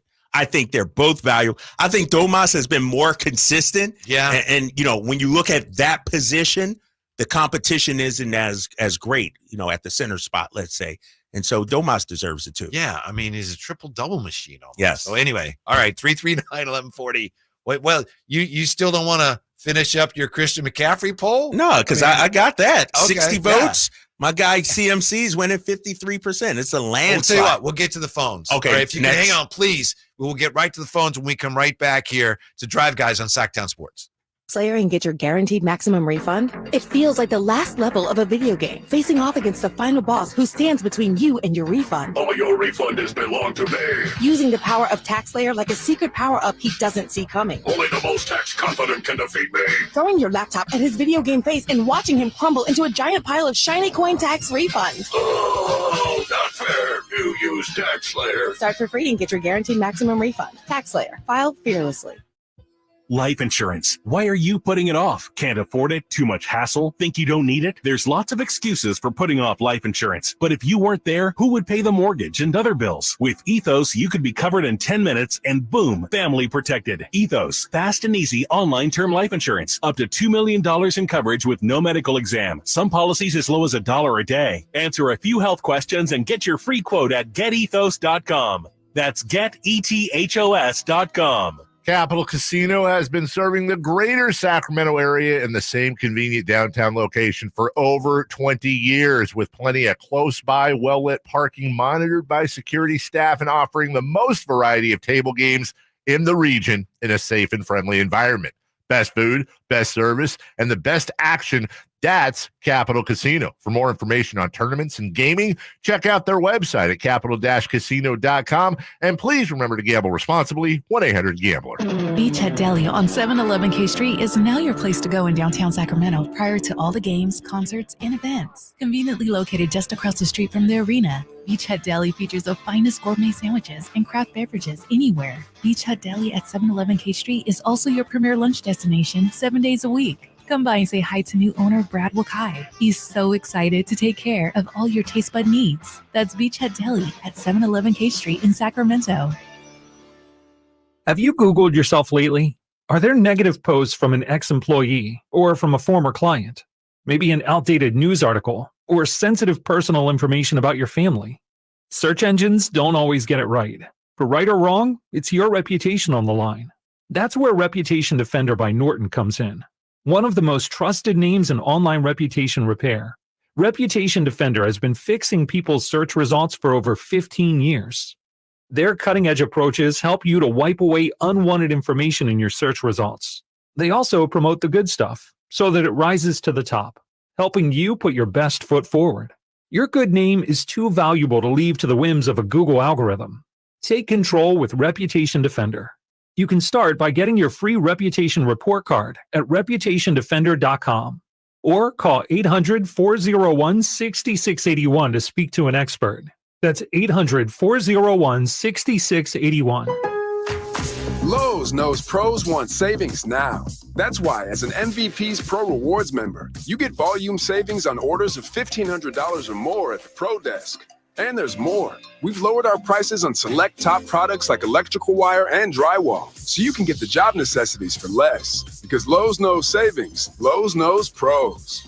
In-store only. Exclusions, restrictions, and more terms apply. Details at lowes.com/terms. Subject to change.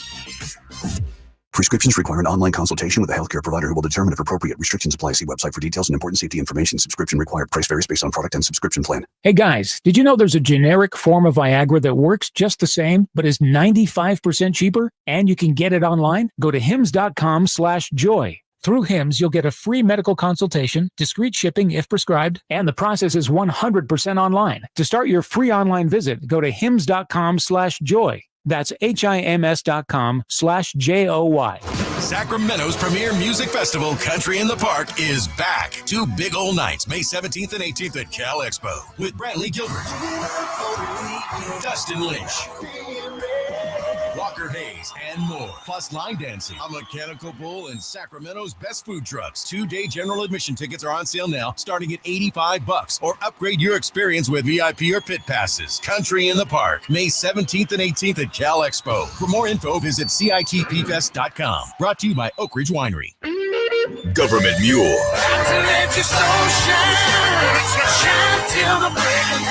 Live in concert. 30 years strong tour. Friday, February 16th, the venue at Thunder Valley. Government Mule with special guest Lucas Nelson and POTR. Tickets on sale now. For tickets, visit ThunderValleyResort.com. New album, Peace Like a River, is in stores now. Don't miss Government Mule live. At Elk Grove Kia, we get it. Life happens. We believe in second chances. Have repos, late payments, or faced bankruptcy? No problem. Our finance department is top-notch and ready to make miracles happen. No need to worry about money down. At Elk Grove Kia, you can drive away today with $0 out of pocket. Visit us at Elk Grove Kia in the Elk Grove Auto Mall or online at elkgrovekia.com. Your second chance to drive the car of your dreams is just a visit away. Elk Grove Kia, where we turn obstacles into opportunities. Dare to drive differently. Elk Grove Kia. From the Power Business Technology Toshiba Studios, KHTKAM Sacramento, KYMX HD2 Sacramento, the only station in Sacramento giving you local sports coverage from 6 a.m. to 6 p.m. Monday through Friday. Sactown Sports. Time to get your tickets for the Sacramento Sports Hall of Fame celebration, February 4th at Thunder Valley. Inductees include Matt Barnes. Go to Ticketmaster.com. Your afternoon home for Kings talk and so much more. The Drive Guys on Sactown Sports. Yeah, Kyle Draper and I are getting ready for the Warriors Kings as only the Drive Guys can. All-star starters were announced today. Steph Curry's not an all-star starter. Will he be an all-star? Yep. Almost certainly. Will De'Aaron Fox be an all-star? Let's hope so. Kyle Draper, I will let you frame the argument, that the discussion that we're having here before we go to the phones, which we have. Look at all the.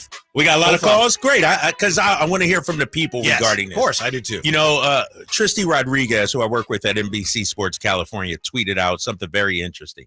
It was the stats for De'Aaron Fox and for Steph Curry, very similar. First 20 games and the rest of the season, extremely similar. So I did a deep dive. I said, you know what? Let me see the numbers myself. Pretty much same across the board. Yes. 26.7 points to 27.4 points in favor of De'Aaron. 4.2 rebounds to 4.1 rebounds in favor of Steph. 5.6 assists to 5 assists in favor of De'Aaron.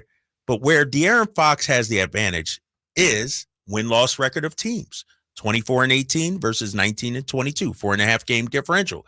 And so I said, De'Aaron Fox this season, based on this season alone, is more deserving of an all-star spot than Steph Curry. Mm-hmm. Not saying he will get it, but if I had to vote and I did a deep dive and looked at the numbers, my vote would go De'Aaron Fox. Right. Some people don't agree with me, but that's how I'm framing my argument. I want to hear what the people think. 916-339-1140. And I just don't think that's how you should select an all-star. It's clearly not how they do select an all-star. Therefore, I feel like there's really no comparison. De'Aaron's great. Hopefully he's an all-star, but you can't say he should be an all-star over Steph Curry. In my opinion. What do you think? I believe I'm in the minority here, of course. Let's hear what people on say. Home of the Kings. Let's talk to Will on Sactown Sports. Thanks for hanging, Will. What's up?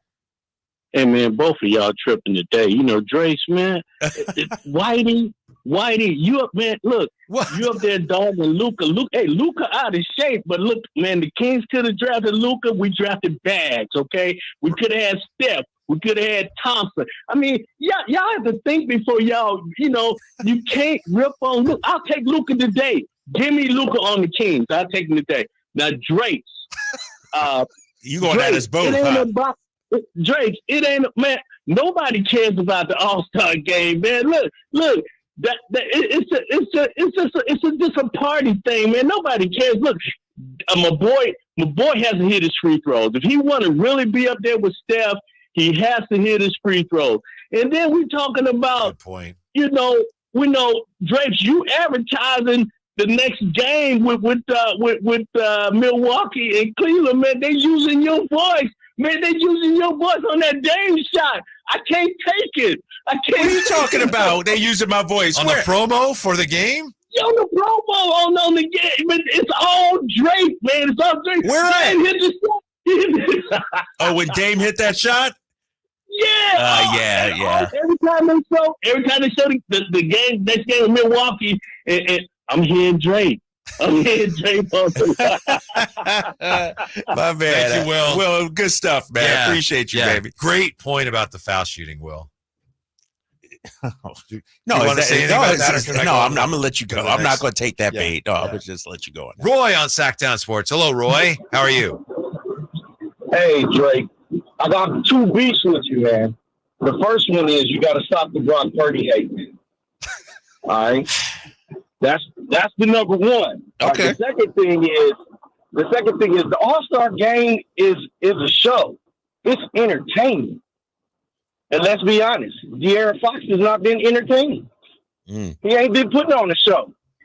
Not one game this season against the Warriors, not one game against the Pelicans, not one game against the Clippers. I mean, I need a show. If you're going to be an All-Star, play like an All-Star. But he ain't been playing like one. That's why he don't deserve it. That's why Steph does. Because even though Steph ain't there, he plays like an all-star. What is that? Roy, what are you talking about? Look at the numbers. De'Aaron Fox statistically has had a slight better season. You're acting like De'Aaron Fox hasn't delivered. Come on, this slander of De'Aaron Fox. If it's the numbers, why ain't Brock better in your eyes? If it's the numbers. No, we're talking different sports. We're talking different sports. Come on now. We're talking different sports. The NBA is about box office. The NBA is about showmanship. The NBA is about putting on the spectacular. De'Aaron Fox ain't been doing that. Listen, every night that's recency bias, baby. No, that's recency bias there, Roy. Roy. We can't both talk at once. Go ahead, Roy. We'll see tonight. That's recency bias, Roy. Here's the thing. I can go down the game log also and look at some games where Steph Curry, 7 points. Steph Curry, 13 points. Steph Curry, 9 points. This narrative about De'Aaron Fox, sure, his numbers are down lately, but if you look at Steph Curry, his numbers have dropped also. You guys aren't watching the Warriors. The Warriors have been trash for most of the season. They're 19-22. They're struggling right now. And so this whole, I think we're a little, because we're so close to Sacramento. We watched De'Aaron's, his numbers are down lately. That's recency bias over the last 2 weeks. Like I said, Steph Curry, 16 points I could point to. Steph Curry, 17 points. Steph Curry's had bad games as well. Thank you, Roy. It is a show. That's what I agree with Roy. Right. It's a big All-Star game, a big show. But to your point about the records, Drape, also, like you were talking about the Lakers getting 2 people in the All-Star game with a better record. The Lakers have more losses this year than the Warriors. But here's what we need to do then, Kyle. If it is a show, just make it all fan voting. Because ultimately it's for the fans. It should just be all for the fans. This is what they wanted. And I've made this point for years. We can't have nice things because they gave the fans that privilege and they tried to vote Zaza Pachulia into the All-Star game. When Austin Reeves is playing in the All-Star game, don't get mad at me because you guys said it's the show. It's what the fans want to see. 339-1140, 1-800-920-1140. It's how your boy Wiggins made an All-Star team. Yeah. There was a pop star in Korea that got behind him. Behind him? Yeah. Ken on Sactown Sports. Hello, Ken. How are you? What do you do, gentlemen? How's everybody feeling this evening? Good. What's going on? Oh, man, I just want to say, man, De'Aaron Fox, man, he's been shining, man, like that bright star, man, that North Star. So just like you just pointed out, I'm glad you pointed that out, Kyle, man, because Curry has had a lot of bad games. My man Fox has been putting in the work, man, since last year, man. That's the reason why we made it third in the standings last year and made it to the playoffs because of his outstanding play, and that's why they made it to All-Star game. What has changed from last year? What has changed from him not making the All-Star team? Well, both of our players making the All-Star team. I mean, we're shining like we're supposed, and man, and they got him sitting next to you talking about that Curry to be on the All-Star team just because of his popularity. That's wrong, man, because it's a popularity thing. Why Fox is not as popular as Curry? Because he plays in a smaller market and he hadn't won the championships. I don't mean to demean De'Aaron Fox. Let me say this though, too, Whitey. I don't mean it to be demeaning. Good call. De'Aaron Fox's numbers are better this year than they were last year. The Kings' record is pretty much the same as it was last year. He was a no-brainer All-Star last year. Now he's borderline? Like, why is that? Why do you think that is? Well, there's not everything else is the same. Those things are the same, but not everything else is the same that goes into it. What's different? Tell me what's different. Well, his numbers are up. Other players are playing. Yeah, exactly. No, not about how other players are playing. Yeah, because there's other players that. No, it's about the results of the team. Shai Gilgeous-Alexander was awesome last year, but the reason why he is in the MVP is because the play of the team. Anthony Edwards, the play of the team, they're better. The reason why we're talking Karl Anthony Towns and Rudy Gobert, the play of the team. And so there's records. This is my thing with Steph Curry that I'm talking about. They're 19 and 22. He's putting up empty numbers. His numbers aren't leading to winning. But yet, because he's Steph Curry, just the name, we're going to give it. If it's just a popularity, can't be so myopic and look at it as it's just this year, half of a season. So it's not about this year. It's not just about this year. No, of course not. Okay. It never has been. All right. Plus, Fox's numbers. It's a popularity contest. Why should you have an award for having a good half season? Why is there any such award? You're an all-star this year. It's an annual thing. It's not a lifetime achievement award or anything like that. It looks at a guy's career. Yeah. I mean, there's no reason to give an award for good half seasons. But that's what they do. That's why Dan Marley made it. Go back and look it up. Dan Marley was an all-star. Lauri Markkanen, his numbers, Kyle, are what? Basically the same. Top 20 in points, top 20 in rebounds. But now he's not. It's sort of a narrative. Do you want him to make it ahead of Steph too? Lauri Markkanen? Different positions. Positions. Yeah, that's don't try and go there, Whitey. Don't you can't do that. You can't do that because it's different positions. His position, his rebounding numbers are better. Like it's different. I'm talking De'Aaron Fox, Steph Curry. That's what I'm focusing on. And my guy De'Aaron Fox deserves it just as much, if not more, this year. Based on this year, sure. Curry. If you're that's just all doing I'm this saying. Year, that's all I'm saying. AC, Sactown Sports. What's up, AC? Thanks for hanging. Hey, Draper, I got to tell you, I've been with Whitey since he was a regular daytime talk show host on regular radio. So I'm going to have to side with him on this. De'Aaron Fox got into the All-Star game last year and basically did nothing, right? Which is not really what the fans want to see. And we know that the All-Star game is a showcase for dunks, long shots, and Steph Curry is that kind of daredevil that brings excitement to the game. What they should do is have a little mini All-Star tournament and have more than one roster because there's way too many good players to fit them all on one All-Star team. So that's all I got to say. Thanks, AC. I thought he was going to go, I've been with Whitey a long time, but not today. Right, not but today, not Drapes. I'm with you. Team Drapes. That's where I thought that was going. Crown Royal said he wasn't a no-brainer. He was you're right, but in my eyes, he was a no-brainer last year. Like, De'Aaron Fox's numbers are even better this year. Like, let's hope he makes it. I hope he makes it. I do. I really do. That would be tremendous. I hope so, too. It's an uphill battle because you're right. I'm not saying you're wrong that Steph Curry is going to make it. I'm just saying De'Aaron Fox deserves it based on his play last year. This year. Saying, I can't really disagree with that based on this year only. Yes. Okay. We both know, and I know you know this as well as I do. That's not how they, evaluate who an all-star is. So and the other problem is that James Harden jumped over to the West this year, and now it clogs up the things aren't the same as last year. Yeah, it clogs up the voting system because the other 5 guards are going to be exactly the same: Luka, Shea, Steph Curry, Devin Booker, and Ant Edwards. Those were the 5 guards last year. Yeah, the Kings had the same record for the most part as last year, but last year, as we discussed, they were the story of the year with the beam, and no one saw it coming. And we got to reward that, right? And this year, from the league standpoint, they're about where they were last year. We thought they'd be better. Look at Oklahoma City. It's not right, perhaps not fair, but that's part of the way they decide. Part of it. Yes. And the other thing is, it's the All-Star game, and ultimately, it's not going to matter that much. But that's not why we're having this discussion. Do you think the Warriors are a legitimate rival of the Kings? And do the Kings? I was thinking about this today. The Lakers. I don't know if the Kings right now really have any legitimate team rivals. Am I wrong? Who's out there? Obviously, the Warrior thing seems a little more dormant now because it's been a while since they played. But, we saw what happened last year in the playoffs. That became a real rivalry. Other than that, the Lakers are just kind of it used to be a rivalry. I don't know if they have a lot of rivals right now. You might be right. And when you look at the Warriors, and when I look at the rivalry, I'm thinking not a fan rivalry, because I do think Kings fans and Warriors fans are rivals. Kings fans and Lakers fans are rivals. But when you look at the organization, too many ties with Golden State.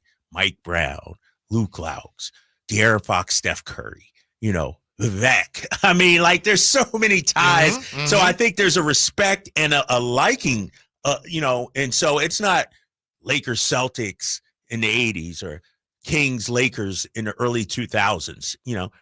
I don't know this year, right at this moment, if they have any hated rivalries where the organization, maybe the Lakers, just because it's the Lakers, where the players, the organization, Doug Christie, the fans, we all hate the media, we're all against, but Warriors, it's not feeling like a rivalry anymore. It's killing me. Celtics Lakers is maybe the greatest rivalry in NBA history. They have been in separate conferences. So why are they rivals? Because they played in the biggest games in the postseason.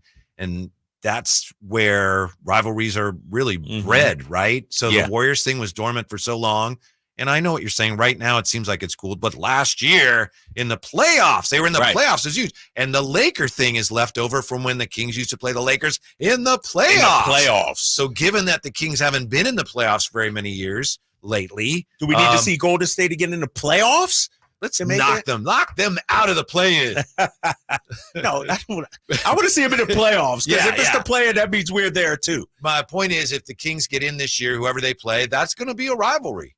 Yeah. No matter who it is that they play. Yeah, I do think, this Kings-Warriors rivalry, maybe the NBA messed it up or maybe they did it right. I don't know. 3 games in the first 3 weeks, it seems kind of, I don't know.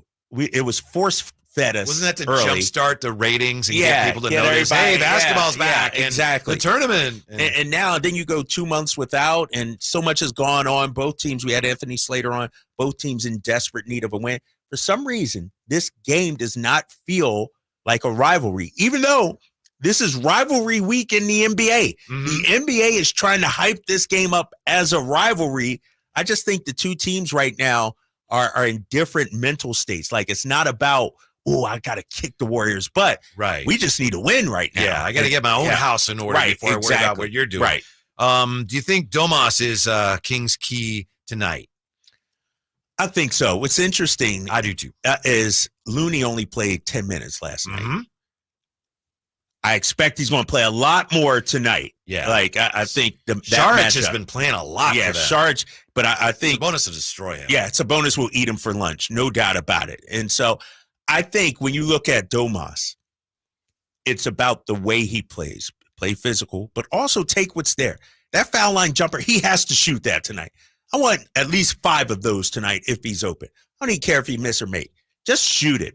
Like, because if you let Looney sit back, gum up the middle, cut down the passing lanes, that's playing into the Warriors' hands. So he got to have a big game tonight. There's a narrative that the Warriors have figured out Domas, and obviously they threw him off his stride in the playoffs, but it's really, that narrative is not accurate because so far this year against the Warriors, they played 3 games. Domas 19-8-7. Yeah. And the Kings lost that game, but that's pretty solid. 23-11-8. They lost that game. And then in the Kings win, he had 9-8-10.